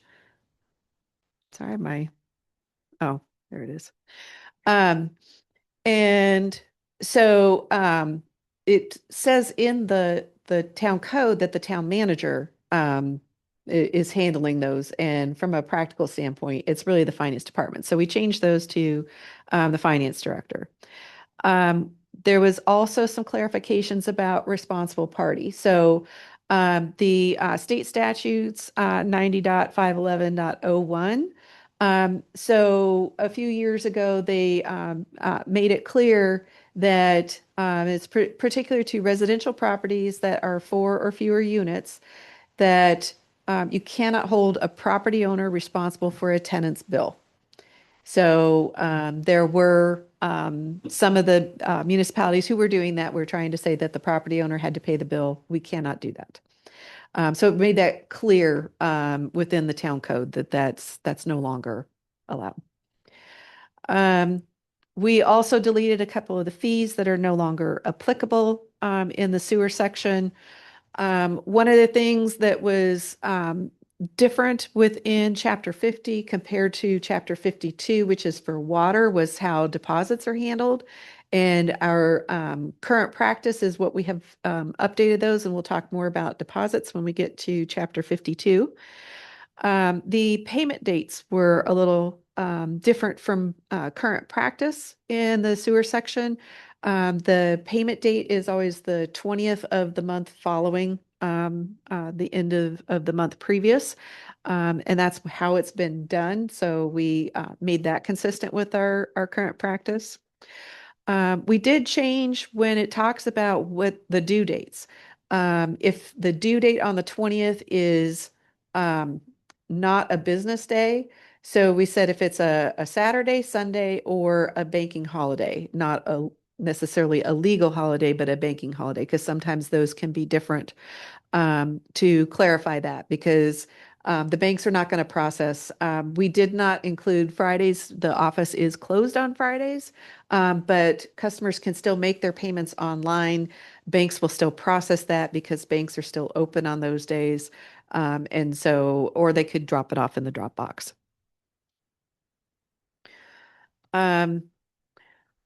We made some updates to the paperless billing processes. It was a lot of information about paper processes, so we addressed that. We talked about any kind of rejects on payments. It talked about like if somebody was paying with a paper check and the paper check got returned, that fees would be charged, but we added the clarification that whether it's paper check or electronic payment, that would be covered. There was also the section on liens that said that the town shall lien a property for the delinquencies. And we're changing that to may lien because sometimes the dollar amounts aren't worth the cost or time that it would take to get all of this in place. So for small dollar amounts, we would not go down that process. Do you want to, I can stop if you have questions on chapter 50 related to sewers before I move on. It's riveting. This is when they this is when they should have left. The other one was very exciting. Chapter 2, 52 for water. So there was definitions at the beginning of that chapter of certain things. So we added the finance department and the finance director. A few years ago, things were changed where utility billing no longer reported to utilities, reports to finance, and the code did not reflect that. So we were adding that information. Also eliminated references to portions of town of Carefree as part of the town water system. Those accounts have been transferred. And the utilities, as far as the person in charge was utilities manager, and we updated that to make it consistent as utilities director. Also made some other language changes to be consistent with utility department, the utilities technical design guidelines, and the MAG uniform standard specifications and details. There was a variety of things clarifying based off of current practice, who's doing what, and anything that was utility billing related that we do, clarifying those roles, that it's the finance department that handles those. There is a section that is related to some miscellaneous waivers that said that the town manager is the one who approves those in practice. We're doing it in the finance department. The code says that there may be deposits, and so we're handling that in finance based off of specific circumstances. As far as like if we want to have like an assistance for someone who's having some difficulties, we can waive the return check, the non-sufficient funds, those electronic payment charges. We can waive the late charge fees, and that's typically how it's being handled now.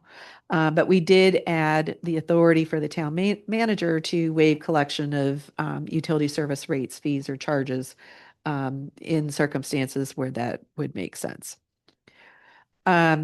We clarified the authority for the utilities director to decide any ministerial question. As you may guess, that was a word that came from Bill from the legal aspect. And so it clarifies that the utilities director cannot make decisions related to things that really should be council deciding, like establishing rates, and then making sure that the finance director has the authority to address any of the utility billing questions that may arise. I have a question. Added authority for town manager to waive collection of any utility service rates, fees, or charges. That seems really broad. Any utility charges, rates. I mean, You're right, Mr. Mayor. This is your responsibility, but the statute says you can delegate it. And by doing this tonight, you're delegating, but I don't think it's an unbridled waiver, as I recall. Okay, then with responsibility goes accountability, MBA 101. I'm proposing that we have and this isn't the time, what I'm going to propose is that we add that at the end of the year, in the yearly update, that there be a summary of the waived collections. So we can track, it can be by category, some way to get a feel for how much is this? Because any fees that aren't collected must be paid by somebody else. So it's a fairness issue as well as an internal controls issue. So I will be making that motion after we finish here. Okay. So just to make sure that I understand what you're asking for. So if we came back with, it was $200 for the year, is that what you're looking for? Yeah. Okay. Yeah. Not specifics on the customer. or No, anything no, like that. nothing identified to account, just how much is this authority being used and how much is being transferred between our customers, because someone else is going to pay them. Okay. Proceed. I also made changes where it was referring to dollar amounts for the fees to referring to the fee schedule. In the chapter 50 for sewer, it talked about if a customer account is delinquent, that we can stop other town services, and basically adding the same language to chapter 52 for water. That is something that I'm planning on having some discussions internally of how we handle some of those things. Clarify language as far as it was talking about refunds when a developer or an applicant was having costs associated that would really be part of the town's responsibility and not part of their responsibility. And it was called a refund. We updated that to be reimbursements and added information about a reimbursement agreement. So that would be something that I would expect would come to council. We also changed regarding fees when the town is constructing service connections, that we bill the customer for the actual cost of that we incurred on their behalf. And as far as I know, this really hasn't been exercised previously, but we may consider a set fee if this seems like something that we would end up doing in the future, setting that up. Also updated procedures related to the testing of meters to be consistent with what we're doing. The town code was saying that they would pay the fee and then we would go do the testing. That's not what we're doing. If it's something where the customer would need to pay the fee, then we would collect it after we know what the testing results are, because it says that if it's within 3% of the actual quantity, more or less, then the town pays for that cost. And anything more than sorry, I said that backwards. If it's anything more than that 3%, the town pays for the cost. And if it's within the 3%, essentially like it's pretty darn accurate on the meter, then the customer would pay the cost. The deposit section, so we made some updates to help bring this in line with what current practices are. We require deposits for rental customers, tenants, and then non-residential customers. And we base it off of 2 times the average of the monthly utility bill for that location. When there's not previous 12 months, then we're looking for something that's comparable to identify how much that deposit should be.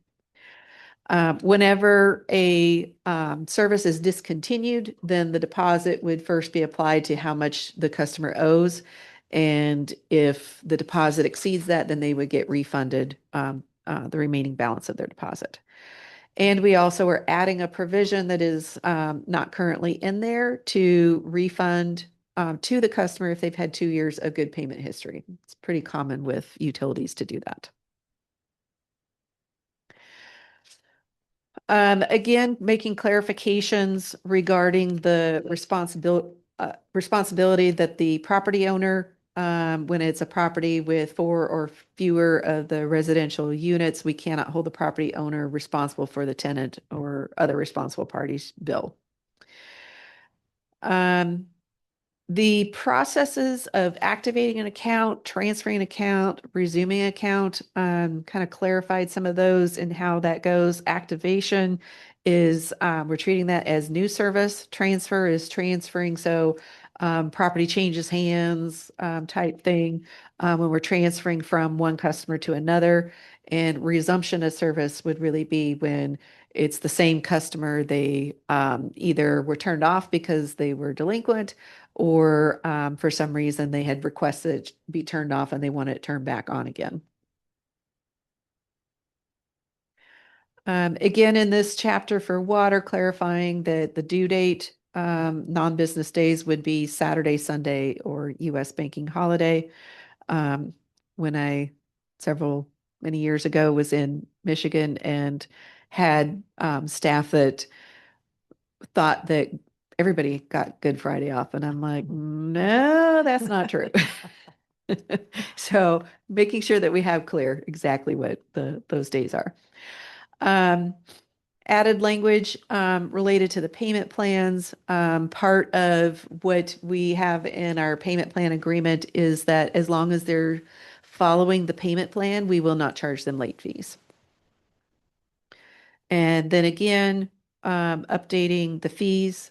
So not just paper check being rejected, but also electronic payment types. You'll see that some of this stuff is kind of outdated practices. I don't think some of this has been updated in a little while.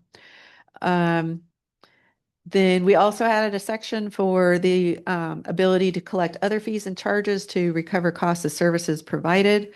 That is one of the things that is on the list of finishing the user fee study for the utilities.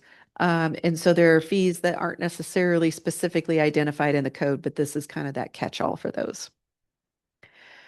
Then there are times where for some reason or other, a property owner or tenant does not complete the application form to get their service set up. And so we're clarifying that if the section that you're still responsible for all of that.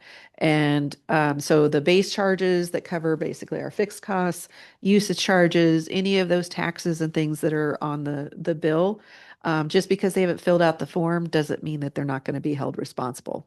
So we talk about presuming that it's the property owner who is the responsible party unless they provide us information that they are not a lease agreement with a tenant or such. There was not a heading in front of the section for the penalty administrative sanctions. So similar to some of the other chapters, I'm adding the heading for administration so that it doesn't seem like that it's part of the Citizen Water Advisory Committee section. And we're also clarifying, so with the penalties, the notice of violations, that we will do the mailing as certified return receipt. And if we get that returned back to us as undeliverable, that's not waive them of the responsibility. They are required to provide their current and accurate mailing information. And if it's not the service address, and if they have not kept us up to date on what the mailing address is for them, that falls on them. Sherry, why aren't we requiring email addresses or a way to contact them?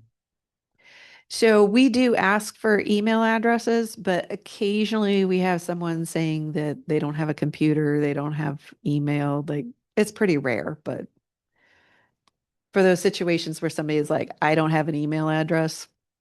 I mean, no one is, I can't think of any organization that's still doing paper. I mean, they may do it, maybe it's just me, but my choices, but I don't get any bills anymore. They're all electronic.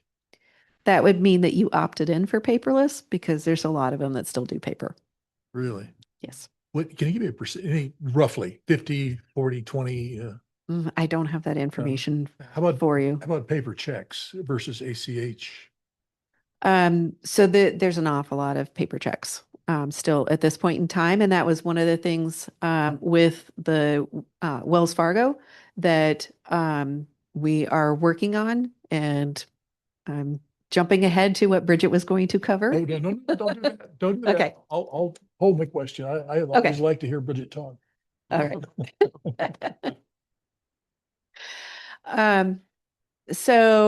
Chapter 53 is for the capacity charges. And so changed it so that instead of the actual dollar amounts in there, because they can change over time, referencing to the fee schedule. And consistent with other places in the code, any appeals, so we changed that to be heard by a civil hearing officer instead of town council, which is how other appeals are handled. And clarifying that the hearing would be held within 30 days of receiving that request. What would that be? Give us an example of what might happen in one of those. It could be somebody trying to dispute, like, I don't know, anything related to that capacity fee. Okay. I paid it 30 years ago and I shouldn't have to repay it, or, I don't know. Okay. I don't know. I'm not aware of any that have appeals that have happened here related to that. So tonight is the first reading of the ordinance. If council approves that, then we have this second reading scheduled for June 2nd, and then the effective date would be 30 days later, which would be July 2nd. And so this is related to the strategic plan with fiscal sustainability, making sure to streamline and be efficient in this delivery of services, and the safe and vibrant community as far as reviewing those policies, and a goal of reviewing 3 to 5 chapters. And so this was 3 right here. So there you go. Any questions? Questions? No. Observation. That's a lot of red ink on the red line on this is just massive, just massive. So that's, I don't know how many pages that is, but quite an effort to go through this and Yes, it was. get it set up. Yes, and we will not be done just with this, because then we need to make sure that all of our forms and email templates and the website and all of that aligns with this. Yeah. Okay. Any, Dusty, questions? I don't have any questions. Okay. Public comment. Surprisingly, none, Mayor. Yeah, I'm surprised at that. Okay. We don't mean to diminish No. your wonderful work. We all envy you for this kind of work. So do we need, okay, you need a motion on this? Yes. Okay, so I suggest that we approve the first reading of ordinance 2026-01, amending Town Code Title 5 Public Works, Chapter 50 Sewers, Chapter 52 Water, and Chapter 53 Capacity Charges. Second. I think I've asked all my questions and comments. I'm in favor. No, just really good work. Yeah. Fine attention to detail. Any other comments from council? Okay, we'll vote. All those in favor? Aye. Opposed? Motion carries 7-0. Now we are on to council discussion, possible first reading of ordinance number 2026-02, amending Town Code Title 3 Administration, Chapter 31 Town and Officers, Subchapter Officers, Section 31.25 Manager, regarding authority of the town manager to waive the collection of any rates, fees, or charges under extenuating circumstances. So I did not prepare a PowerPoint presentation because this one is so straightforward and not a lot to this one. So we're adding under the duties for the town manager, the ability to waive the collection of any rates, fees, or charges under extenuating circumstances when not prohibited by town code or state or federal laws.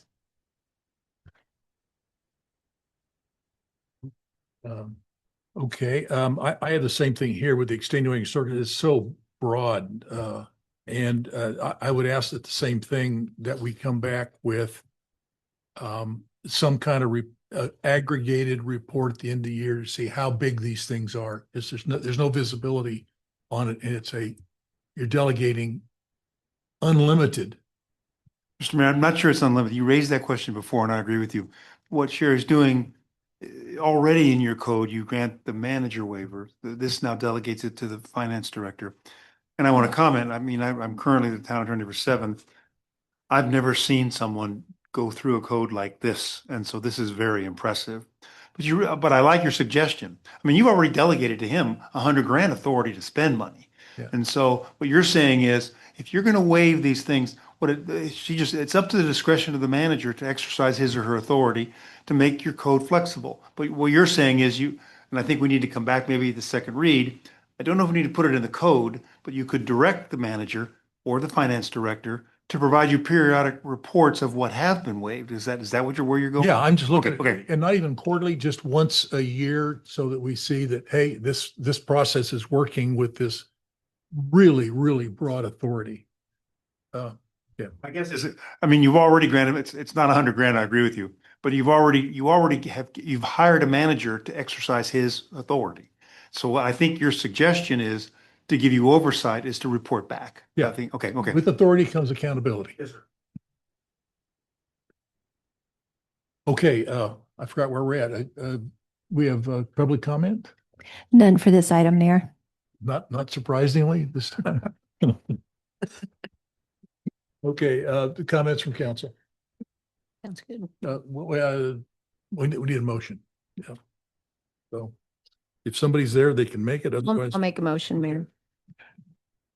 Move to approve the first reading of ordinance number 2026-02, amending the Town Code Title III, Administration, Chapter 31, Town Officers, Subchapter Officers, Section 31.25, Manager, regarding authority for the town manager to waive the collection of any rates, fees, or charges under extenuating circumstances. Second. okay. Comment?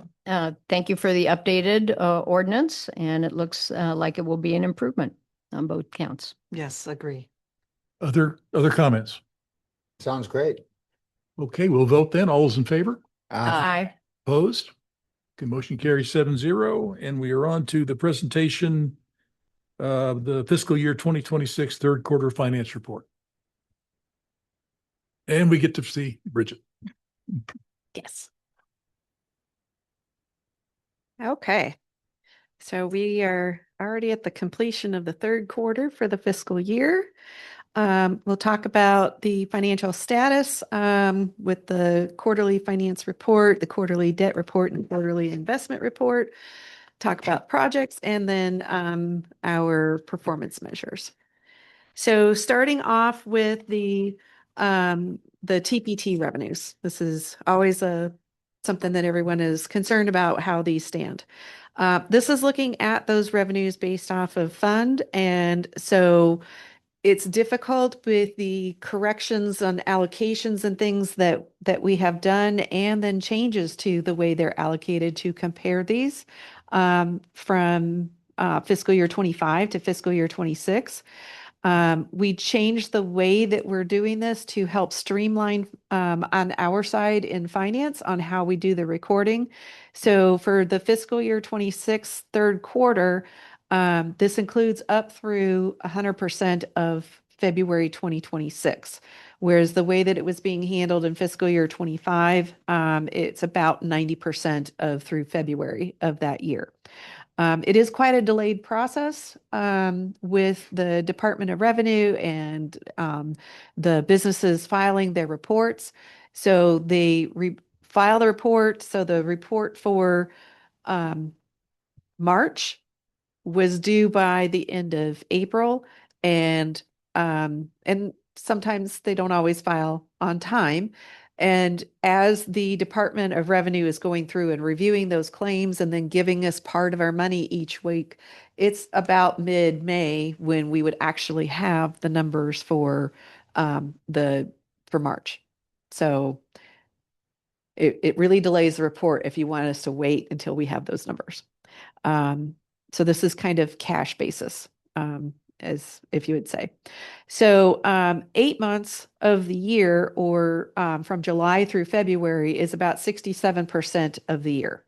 And so you can see the amount budgeted compared to what the third quarter revenues have been. We're less than that 67% of how much was budgeted. And so we had talked about this previously about how some of the things are kind of falling off. In the budget work session, I showed how really from a taking out the inflationary aspect, we are experiencing some decrease in how much our TPT revenues are. In the comparison to the previous year, so there's a 7% decrease compared to the previous year.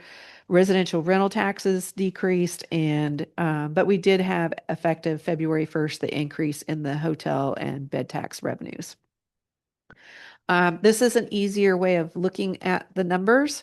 And so this is based off of by category and using the accrual basis numbers that I can download at the last minute that is not what's in our software right now, split between the funds. So you can see that third quarter based off of the categories compared to the previous year, $200,000 difference or a decrease of about 2%. If you take out the decrease in construction, which is a decrease of 12%, and take out the impacts of residential rental, which is part of that decrease in the real estate rental and leasing line item of 31%, really we had an increase when you take out the impacts of those of about 170,000 or a 2% increase. Why would we take those two out? Just for comparison purposes of how well are we doing. So residential rental ended. We're no longer allowed to charge residential rental. So it's a factor that makes the comparison not very comparable. I see. And the construction is like all over the board. And so taking that factor out helps us see the more consistency of the other categories. Looking at TPT revenues by month, it was very nice to see in March, you see that kind of fuchsia bar up over the previous year and just barely over the fiscal year 24 amount for March. And Bike Week is in April, which means we don't have that information in here yet. So I'm wondering how well that went and if that orange bar in April from fiscal year 23, if we will approach that number, I don't know. It would just be speculation at this point. Looking at the summary of all the revenues through the third quarter. So from a budgetary perspective, compared to the budget about 56% of the year, but there are things like the 3 million placeholder for grants that we didn't get, grants that we would even be using that 3 million placeholder and all those other aspects of things. Compared to the fiscal year 25 through the third quarter, we're down about 5%. There's some of, when you look at by fund, the TPT allocation changes that impact this. Wastewater fund. So in fiscal year 25, we were allocating specifically to wastewater half cent of the TPT. If we take out that TPT that's no longer being allocated and look at what the variance is for the remainder of the revenues, it really is actually a 6% increase over the prior year, primarily due to capacity fees. In both Cave Creek Water and Desert Hills Water, we talked about this during the budget work sessions about how we're seeing the usage going down.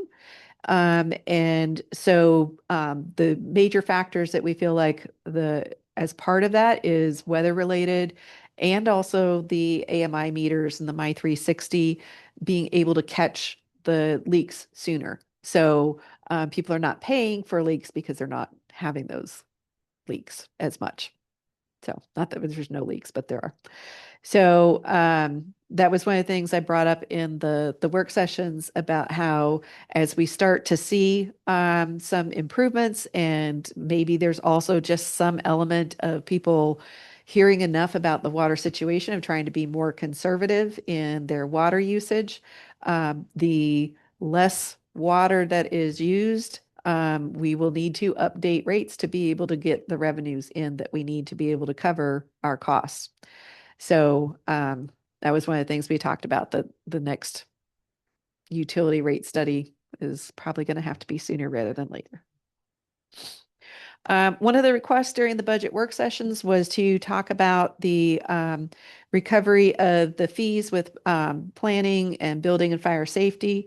And so one of the things I mentioned was that we did some reclass and correcting the coding of some of the revenues. So there were revenues that were coded to building permits that we had in the current fiscal year created a new line item called building plan review and admin fees. These are charges for services, not permit related revenues. And then on the planning and zoning fees, there are some elements that are really permits that should properly be in the licenses and permits line. So, so this shows that even with those reclassifications, when you look at the grand total of those revenues, we're actually ahead of the prior year by 26% through Q3. And then looking at the comparison to the expenditures through Q3, so you'll see planning and building fire safety. So the planning line, when you compare revenues to expenditures without any adjustments, then it looks like it's a 34% cost recovery. Building and fire safety without any adjustments, 158% cost recovery. When you take a look at in total, 93% cost recovery.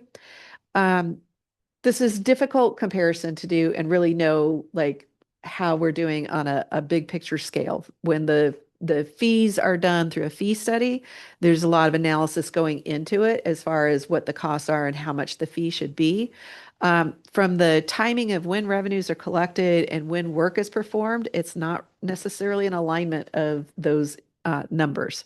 Also, one of the things I have noted here, so like the director's salary is strictly in planning and is not allocated to all the other various divisions within development services. There are also expenditures that would not be something that would be part of build costs. The special projects and a variety of other duties that would not be included. And the other thing too is that when we have a fee, there could be certain elements of some of those that work is being done by another division for some portion of it, that we're not divvying up that fee and saying, okay, we're going to count this part of the fee to this division and this part of the fee to that division.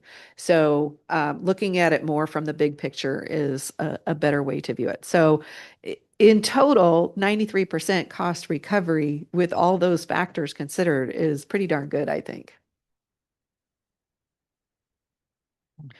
Another question that came up during the budget work sessions was related to state shared revenue. And so I have some information here for you.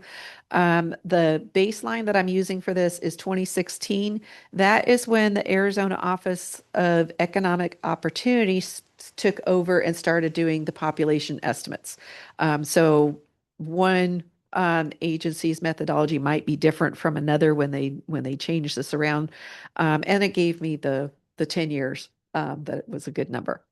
So the first line here, the blue line, is all the cities and towns within Arizona and accumulation of the population change over time. So a baseline starting in 2016 of 0, and by 2025, based off of those estimates, it's been a cumulative 15% increase in populations within the cities and towns. We're not talking about unincorporated areas. The orange line is Cave Creek. So based off of the estimates, not quite 7% cumulative by 2025. And so then I took this and looked at based off of where we're at and the cumulative impact on the percentage of the pie for the state shared revenue. And it's really a 7% decrease in how much our share cumulative of the pie for the state shared revenues is. I did include a table at the bottom that shows you the year over year. So there are a couple of years, 2021, 2022, where the population change in the estimates was higher than what the state was. I don't know if those were adjustments at that point in time. I don't have any information on if those truly were population booms in those particular years or if they made some adjustments at that point in time. Of course, if you look at like a different time frame of, say, you want to look at 5 years, then using just from the 5-year base and the cumulative amount would look a little different. And it just depends on what kind of time frame you want to look. But and that is a fairly substantial decrease in our share of the pie. There are communities, so I was at a training on Friday where one of the presenters was from Queen Creek, and they were talking about how they're like number 4 in the nation or something like that, as far as their population growth that they have had. Oh, I don't remember what he said over what time, but so when you have communities like that that are growing dramatically, our smaller increases actually are not keeping up, and so then we're not keeping up on our share of the pie. Okay. Moving on to expenditures. So for the third quarter, the expenditures by the category operating versus the capital. So the budget for the current year, 75.6 through the third quarter, 21.7 million, 29% of the budget. When you look at operating side, we're at 42%. There are contingencies and things on the operating side. For the CIP, the capital, we're at 15% of the budget. And I do have some highlights on some of the CIP projects for you that we'll get to. Compared to, at this point, last fiscal year, so we are 9% ahead in the operating category, which is primarily related to the new regional station, adding those costs that we did not have in fiscal year 25. If it weren't for the new station, then the increase would be 1% over last year. On the capital side, a decrease of 55%. Some of the things, larger things that had incurred at that point in fiscal year 25 was the fire station, fire engine, water tender truck, and higher amount of Phoenix Interconnect costs incurred in the prior year as of the third quarter. Looking by fund, basically the same information, just split a different way by the funds. So general fund down 38% from the prior year, but there's a lot of things that aren't all that comparable compared to the way things are being recorded. The station 144 costs were added, but we also moved like streets activity to the streets fund and CIP costs to the capital projects. The wastewater is up 31%. Part of that is the costs associated with the Water Ranch office, personal costs and indirect cost allocations, down 24% in Cave Creek Water, largely due to capital items in the prior year, higher costs incurred at that point in time for Phoenix Interconnect, water meter replacements, and the vacuum trailer. On the summary of fund balance, so the July 1 amounts, and apologize, I should have taken off that unaudited because it's now audited information as of the third quarter. So 36.7 is our beginning balances in total. And then the same information on the revenues, the 21 million in revenues, 21.7 in expenditures. The other financing sources is that bond issuance in December of the 7.25 million. Transfers between the funds all net to zero. The ending balance is 43.5. And I do have breakdown on that, just so that we have an understanding of where that number comes from.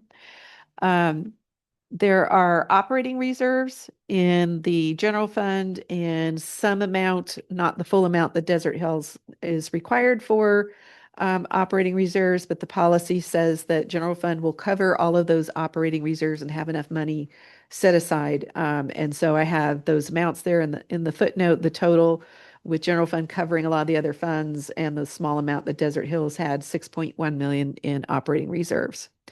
The equipment replacement reserves, not quite $1 million there. One of the things that we're doing is we're setting aside in the capital projects fund 1/10 the estimated life of a fire engine and the water tender truck is 10 years.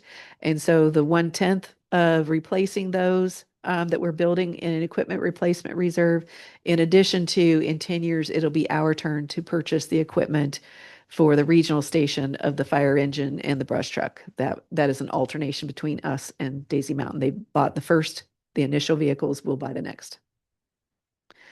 Debt service reserves, about 2 million.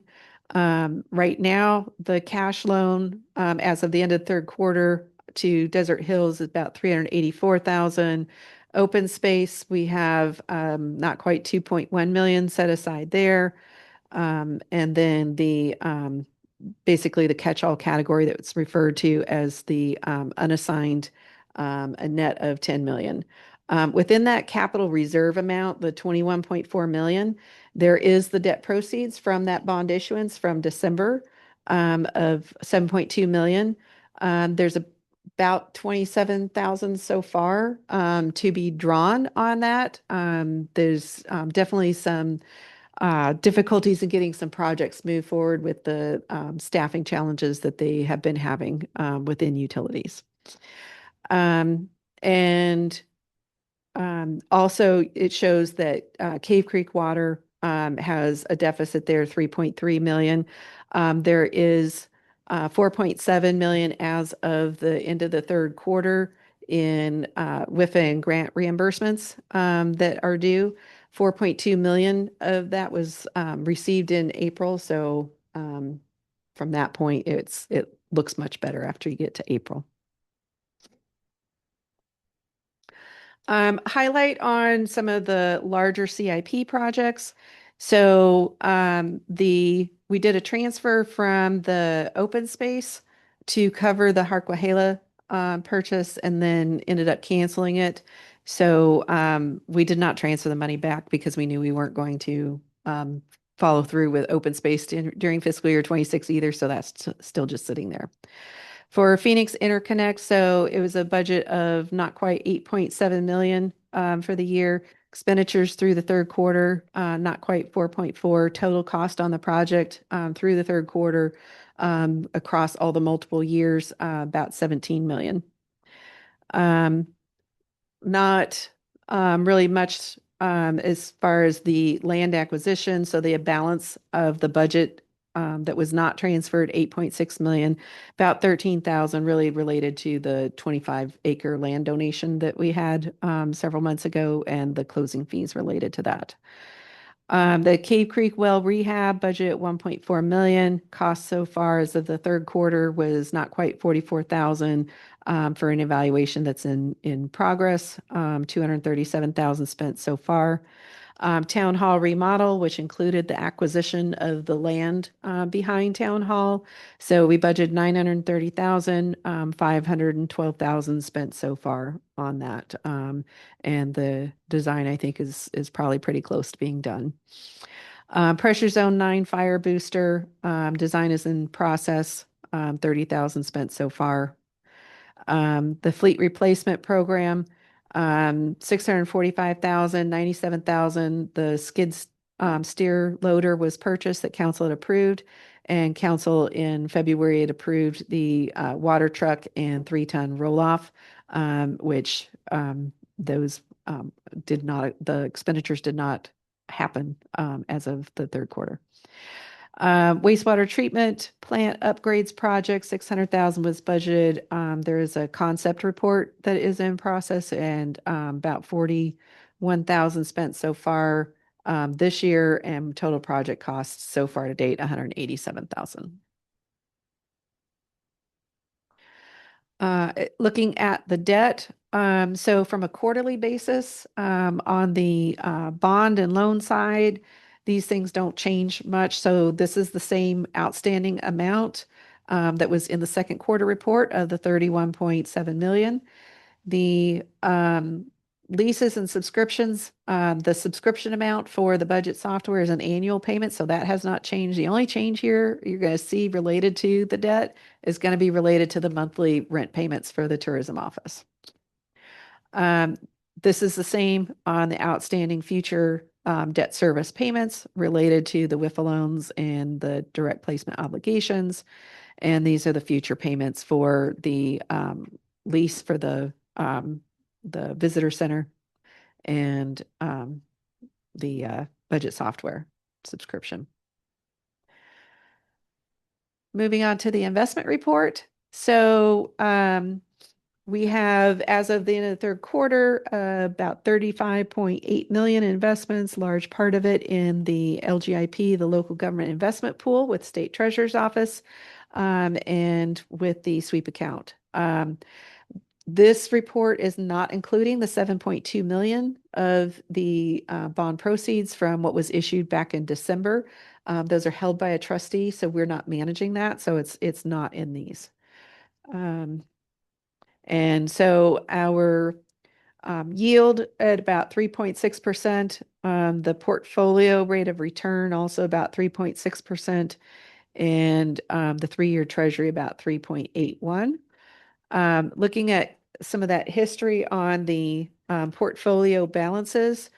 So that big spike in the orange bar for this fiscal year. So it took several months for us to get our reimbursement for WIFA of about 6.4 million. So that's why December jumped up a lot, was we finally got that money. This is a look at the 3-year treasury and the town's rate of return. And so you may or may not remember, in the past I've talked about how the LGIP compared to the treasury doesn't move quite the same way. Again, they're able to invest in things that we aren't necessarily able to, but a lot of these investments, it takes longer period of time because some of these are longer term investments to adjust to those rates. So when you're in a declining interest rate environment, sometimes LGIP might still have a little bit of going up and then slower coming back down as their investments change over. When you're in an increasing interest rate environment, and that 3-year treasury is reacting immediately, and you'll have a little bit of delay in some of how that works. You can see at the bottom, the spreads in the yield, and over time, like we've had mostly very significant differences of higher yields than what the 3-year treasury is.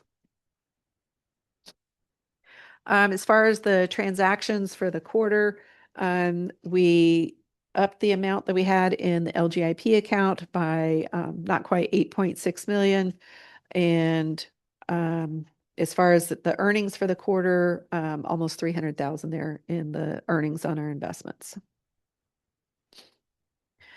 All right, so we're going to move from the financial status into an update on projects, and I'm going to turn this over to Bridget. Mayor, Vice Mayor, and Council, these are the projects completed for fiscal year 2026, quarter 3. We're making progress with all the projects on our list, and these are some of the projects we have completed. With banking services, Positive Pay, we have been able to set up Positive Pay, which is downloading a file from Cassell, which is our ERP system, and then uploading it into Wells Fargo. This allows us to be able to have a one-to-one comparison where the check is approved by the bank and make sure it pays. That way it avoids fraud. We filled a vacant accounting technician position, and I think that was in record time. I think we hired her within 2 weeks. Yeah, think about that. Mm-hmm. Next. I don't know how to do that. And on this slide, these are a few more of the projects we are working on. These are in-process projects. Again, with the banking services, we are making progress with eBill. eBill is the service that allows customers to receive, view, and pay their bills electronically, offering more convenience, automation, and secure online management of payments. So that goes along with what Sherry was talking about. And we do actually have a lot of customers that pay by check. We get like 600 checks a month. Oh. So we also had bank fraud. We contacted BMO when fraud occurred, and BMO did not reimburse us. They decided that it wasn't in our contract to reimburse us. So we submitted a claim to our insurance, the town's insurance company, and they reimbursed us within like a week. What was the fraud? So I think they didn't really say how it occurred, but somebody was writing their name on the check and then like cashing it for various dollar amounts. And it They were printing their own checks using our account number. It was law enforcement contacted? Yes. They catch anybody? Definitely. No. Was it local? Oh. Mostly on the East Coast. Oh. Yeah. So are we no longer doing business with BMO? We're not processing our AP checks through BMO. We're using Wells Fargo now. Good. Yep. We still have all this stuff in process for Right. the transition away from BMO. But was that their way of penalizing us or leaving them? We haven't actually told them that we're leaving them yet because we didn't want them to penalize us any more than we've already penalized just using them. Yeah. And so we received reimbursement in May. I did want to point out, so on the utilities, the IFB process, so we got the contract amendment with Raftellus taken care of and have had a kickoff meeting and some discussions and developing a timeline on that process.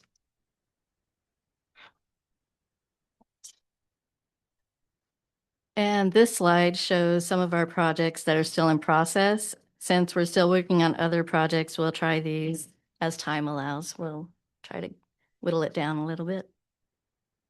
Next. And so on this slide, being the finance department, our projects hit all of the goals that are in plan. And this is a list of them.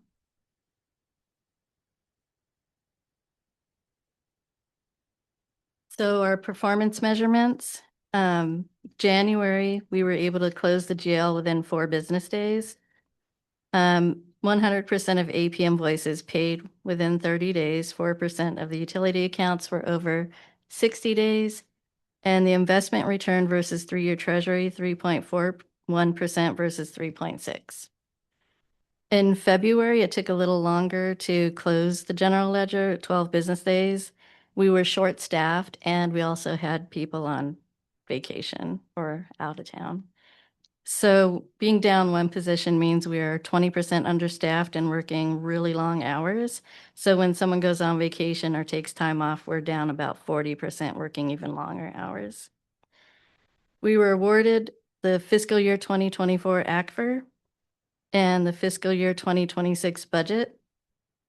100% of all AP invoices were paid within 30 days and 4% of utility accounts were over 60 days.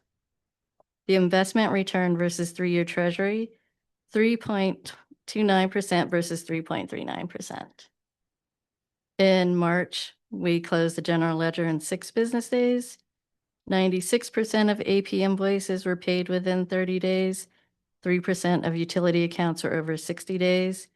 And 3.6% versus 3.8% on the investment return versus 3-year treasury. I did want to add to what Bridget said. We're actually very proud of how much we've been able to accomplish since we've been down, like one person down in our tiny department means we're short-staffed 20%. And it's been at the cost of long hours between mostly Bridget and I to be able to accomplish. And we've accomplished a lot of things and this has been about 2 years that we've been down that 20%. So just want to say that we're proud of being able to accomplish as much as we've been able to. Well, I know I said something nice about the changes in town, but you guys are really cooking. This is a good, I mean, it's a very clear report. Sometimes it goes too fast for me, but it is, there is just a lot getting done. I mean, just on every single thing under your control. I want to congratulate both of you and thank you for your hard work. Absolutely.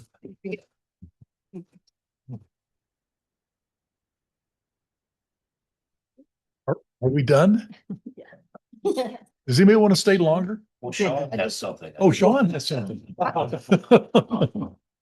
Oh, you had me there, Tom. Yeah, Cynthia. Just one other comment from the finance report. I found the segment very helpful where you detailed the revenue generated by the Planning Development Department versus the cost. I know that had been the mayor's request a while back, but that was a very helpful analysis. Thank you. Other comments? Oh, seeing no further business, thank you very much. Thank you all for being here. 3 hours and, oops, yep. Businesses that are going to be built across the street from the Walmart. Has anybody suggested that they put what I call hydro panels on their roofs, which collects water from the air that they're making this in business, so then less of our water is used? Has anybody looked into that and requiring that, and building new buildings around here? They more on houses. And if they're Yeah, I'm not sure. I don't know that technology. I'm sure it's not in our code. Yeah.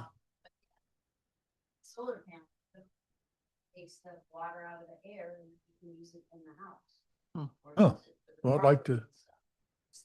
Well, why don't you send that information, where have you got it, send it to me. Mayor at Cave Creek AZ. I like that science stuff, so. Thank you. Okay, meeting adjourned. Thank you very much.